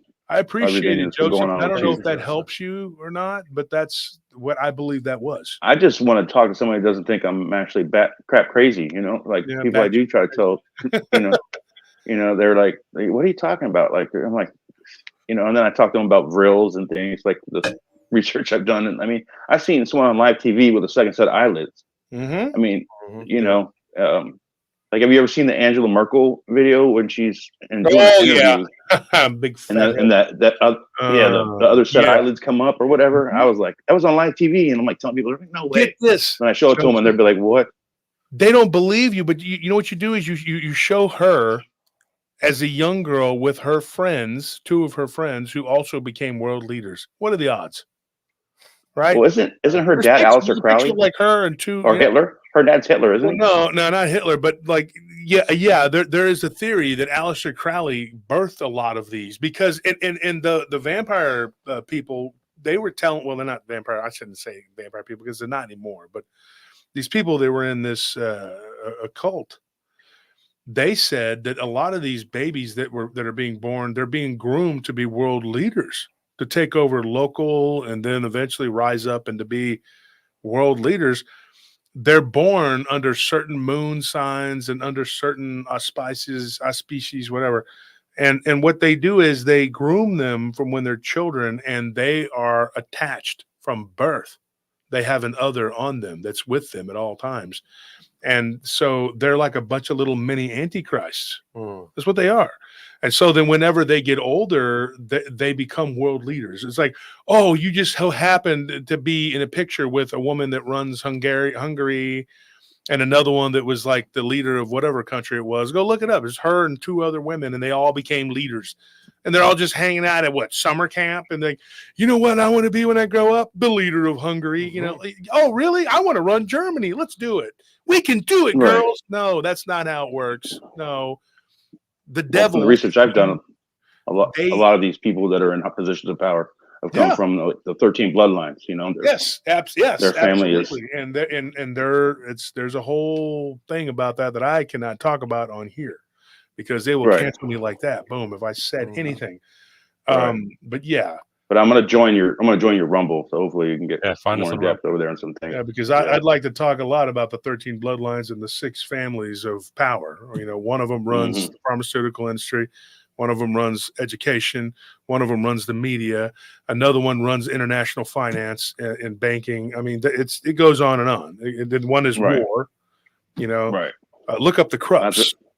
Like they armed everybody. Krupps family, I've heard of them. Well, it was like the Ford family was, arming the Germans. They fund both sides of every war. You know what I mean? Well, actually, they get a bad rap, but the Krupps were doing it. And if you look at how many companies were playing both sides, I mean, you had like Chrysler doing things for the Germans, the Russians, the Americans. They didn't give a crap. They didn't care. It was like money was money. The Vatican had cut deals with Russia, with Germany, with Italy. They didn't give a crap. They were just hedging their bets on whoever would win, and they were going to go with the highest whatever. And there was bad things going on all sides. And I know the Germans lost, so they get dumped on them in Japan. But and everybody else's stuff gets swept under the rug. But then the Russians there were the Soviets. I don't want to say the Russians, but the Soviet Union killed more people than all the other countries combined. And then, of course, Red China said, hold my beer. And, and then they said, what would be cool if we just kill all the birds and nobody have a bird. Wow, that'd be a great idea. Then we build rocket and it blow up. Yeah, exactly. It blow up. That's what happened. But it just goes on. I was going to say, I gave my life to the Lord on April 2nd of this year. So awesome. Congratulations. Pretty excited about that. Thank Love you. to hear it. Praise the Lord.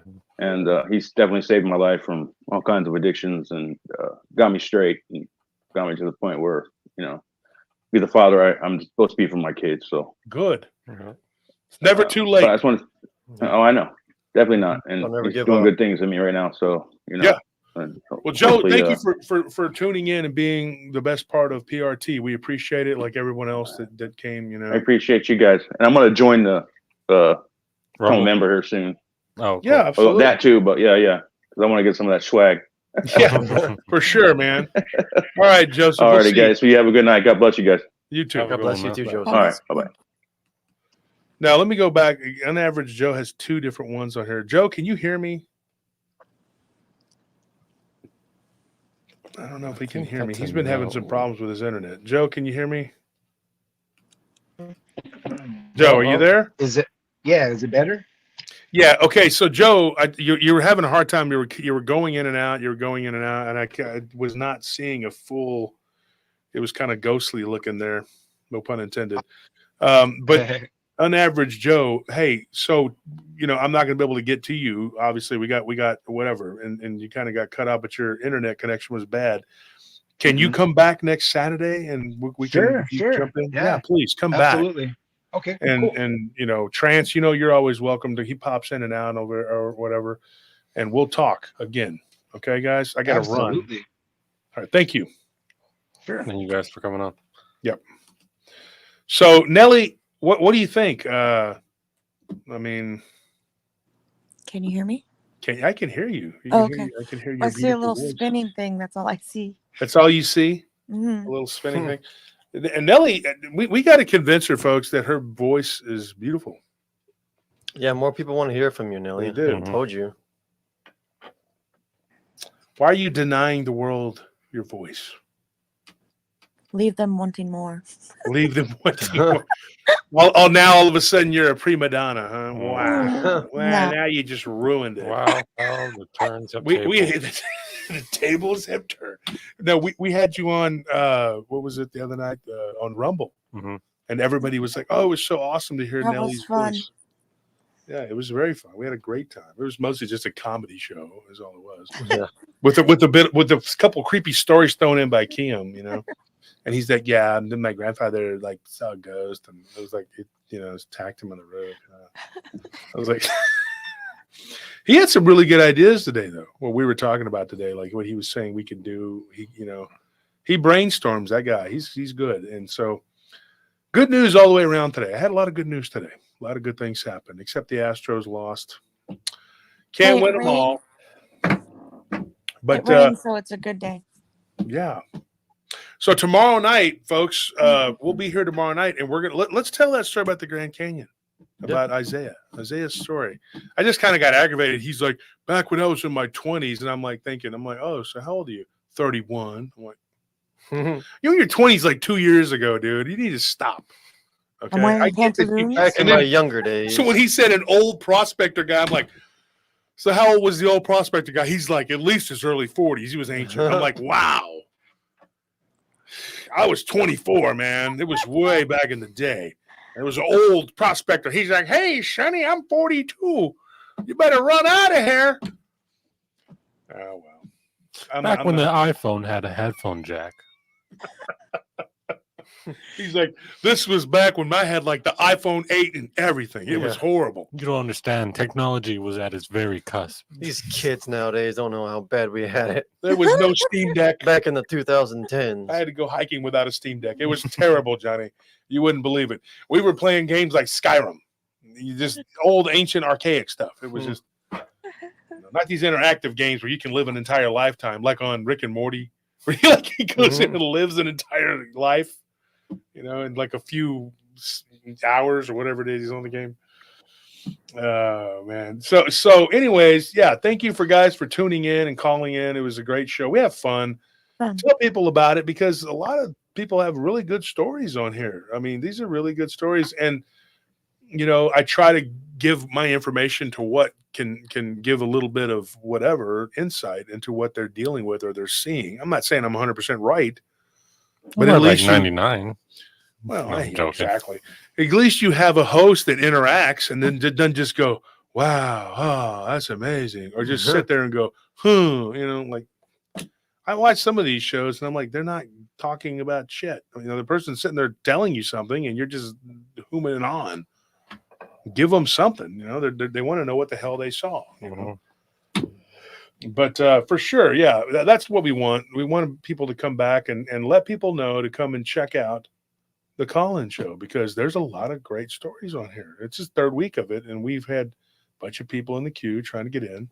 A lot of different people. A lot of different people, you know, and so, yeah. Thank you for everybody that tuned in. Thank you to everybody who donated. We appreciate it. Audacious Amber, Curtis Turner, John Phoenix, Sophie, Curtis again, Steampunk. Curtis actually said look at this. He says donating to Mushu's ego reduction surgery. No, that's not going to happen. It's like this. Even the surgery won't stop me, sir. I am a force of nature of ignorance. Oh, you're going to take 10% of my ego. As you can see, look at the shirt he's wearing. He doesn't care. He does not care. His ego is so bad. Yeah, it's got like mustard stains on it somewhere. He doesn't even care. He walks up to girls. He's like, "Hey, I was looking at corn dog earlier." He's licking the mustard off of it. Like, give me a number. He's like, "You want some?" We got Chris here, who always gives his Kami Hindu cult chaos cult fees. Kali Ma. Yeah. Nathan Burr, Paranormal Paul for the stripper fund. I didn't know we had one, but hey, Nellie's like, we don't need a stripper fund. I'm like, now, honey, you said that about that microwave, and we use that darn thing all the time. I'm like, come on now, let's not be too hasty. Nathan Burr, he says a lot of people looking forward to hearing Carlos and Stacy's stories. Yes, and they're still coming. Yes, they are. Yes, they are. But I don't have all of Stacy's information, and I think it's going to be her and Eve, both of them. Josh Casto, thank you for giving those memberships. We got to get your memberships, folks, because tomorrow night we're giving away 3 lucky winners. Will win something. Okay? May not be nothing good, but hey, at least you'll win. Right? 3 lucky people will get a crisp high five. A $5 off coupon for a brand new car. Tell them what kind of car. A Lamborghini. Over here we have a Barbie's little driver Hummer. So anyways, folks, this one guy, he was like, the auction is going to begin to look at my Mickey Mantle rookie card. And literally people were bidding on it. Mm-hmm. And I said, did you read what he said? He said it so you can look at it. Mm-hmm. And the guy was like, yeah. And people were bidding. So then the YouTube stepped in and they were like, hey, you shouldn't do that. And he's like, I very clearly stated on it. Mm-hmm. And I know the guy because he's a card collector guy, but he did it kind of as a joke. But he's like, people don't read. He did it to prove a point, though, because I collect vintage cards. And the guy made a point. He said, the people don't read the description. Mm-hmm. He says on here, this is a bid for looking at my 1952 Mickey Mantle card graded at a 6, which is pretty high for that. And people were mad. And he's like, I told you, read the description. But YouTube stepped in and said, you can't do that. I'd be like, come on. Mm-hmm. Don't bid on it if you don't know what the hell you're bidding on. But anyways, folks, thank you for tuning in. We appreciate it, and we love all of you. Thank you for everybody who donated. Thank you for everybody who showed up. Thank you for everybody who told their stories. And that's what makes PRT great. That's what it is. Mm-hmm. Makes what it is. Once we get this month over with and we get moved into this new place and we get settled in and we get what we got to do, then we can hopefully start doing a little bit of research. One of the places I want to research heavily it's about 7-8 miles from where we're going to be out at. So that's going to be good. We're going to be able to go out there regularly and check it out because there have been 4 encounters now up to this point out there in that area. And so the most recent one being about two months ago, back in April, I think back in May, early May, somebody had an encounter. And it was sent to me by one of their friends that said, hey, we know you went out there and you were checking. So, we're going to do some boots on the ground. I hate that term now because of the people who use it. I'm going to put my feet on the ground and just walk around. How about that? On the ground. Yeah. Footsies on the grass. We're going to go hiking. That's all it is. We're going to go hiking and just talk all weird and say this weird stuff. That's what we're going to do. So that's how we roll. We're going to get hands on. Hands on the ground. We're going to get hands on the ground. That's what we're going to do. We're going to show you where the wild goose goes. We'll show you. Oh, All right, folks. We're going to see you. All right. Be here tomorrow night. good night, we have- everyone. yeah, we have a woman who's going to talk. She talked about her problem that she had with her boyfriend, who was with I guess what would be an incubus, right? And then the guy from the Grand Canyon who did something he probably shouldn't have done. But yeah, all right. Then we have several others. We got a lot going on, and then Monday, hopefully, we'll interview with Joe Burgess. He'll come on and he'll talk about his Dogman stuff. Because my witness can't make it on Monday. Hopefully she'll come in at some point next week. She had a vampire encounter in what would have been Wallachia territory of Transylvania, up in Romania. So, all right. Thank you, folks, for tuning in. I'll see you, and good night. Good night. God bless Play everybody. it out.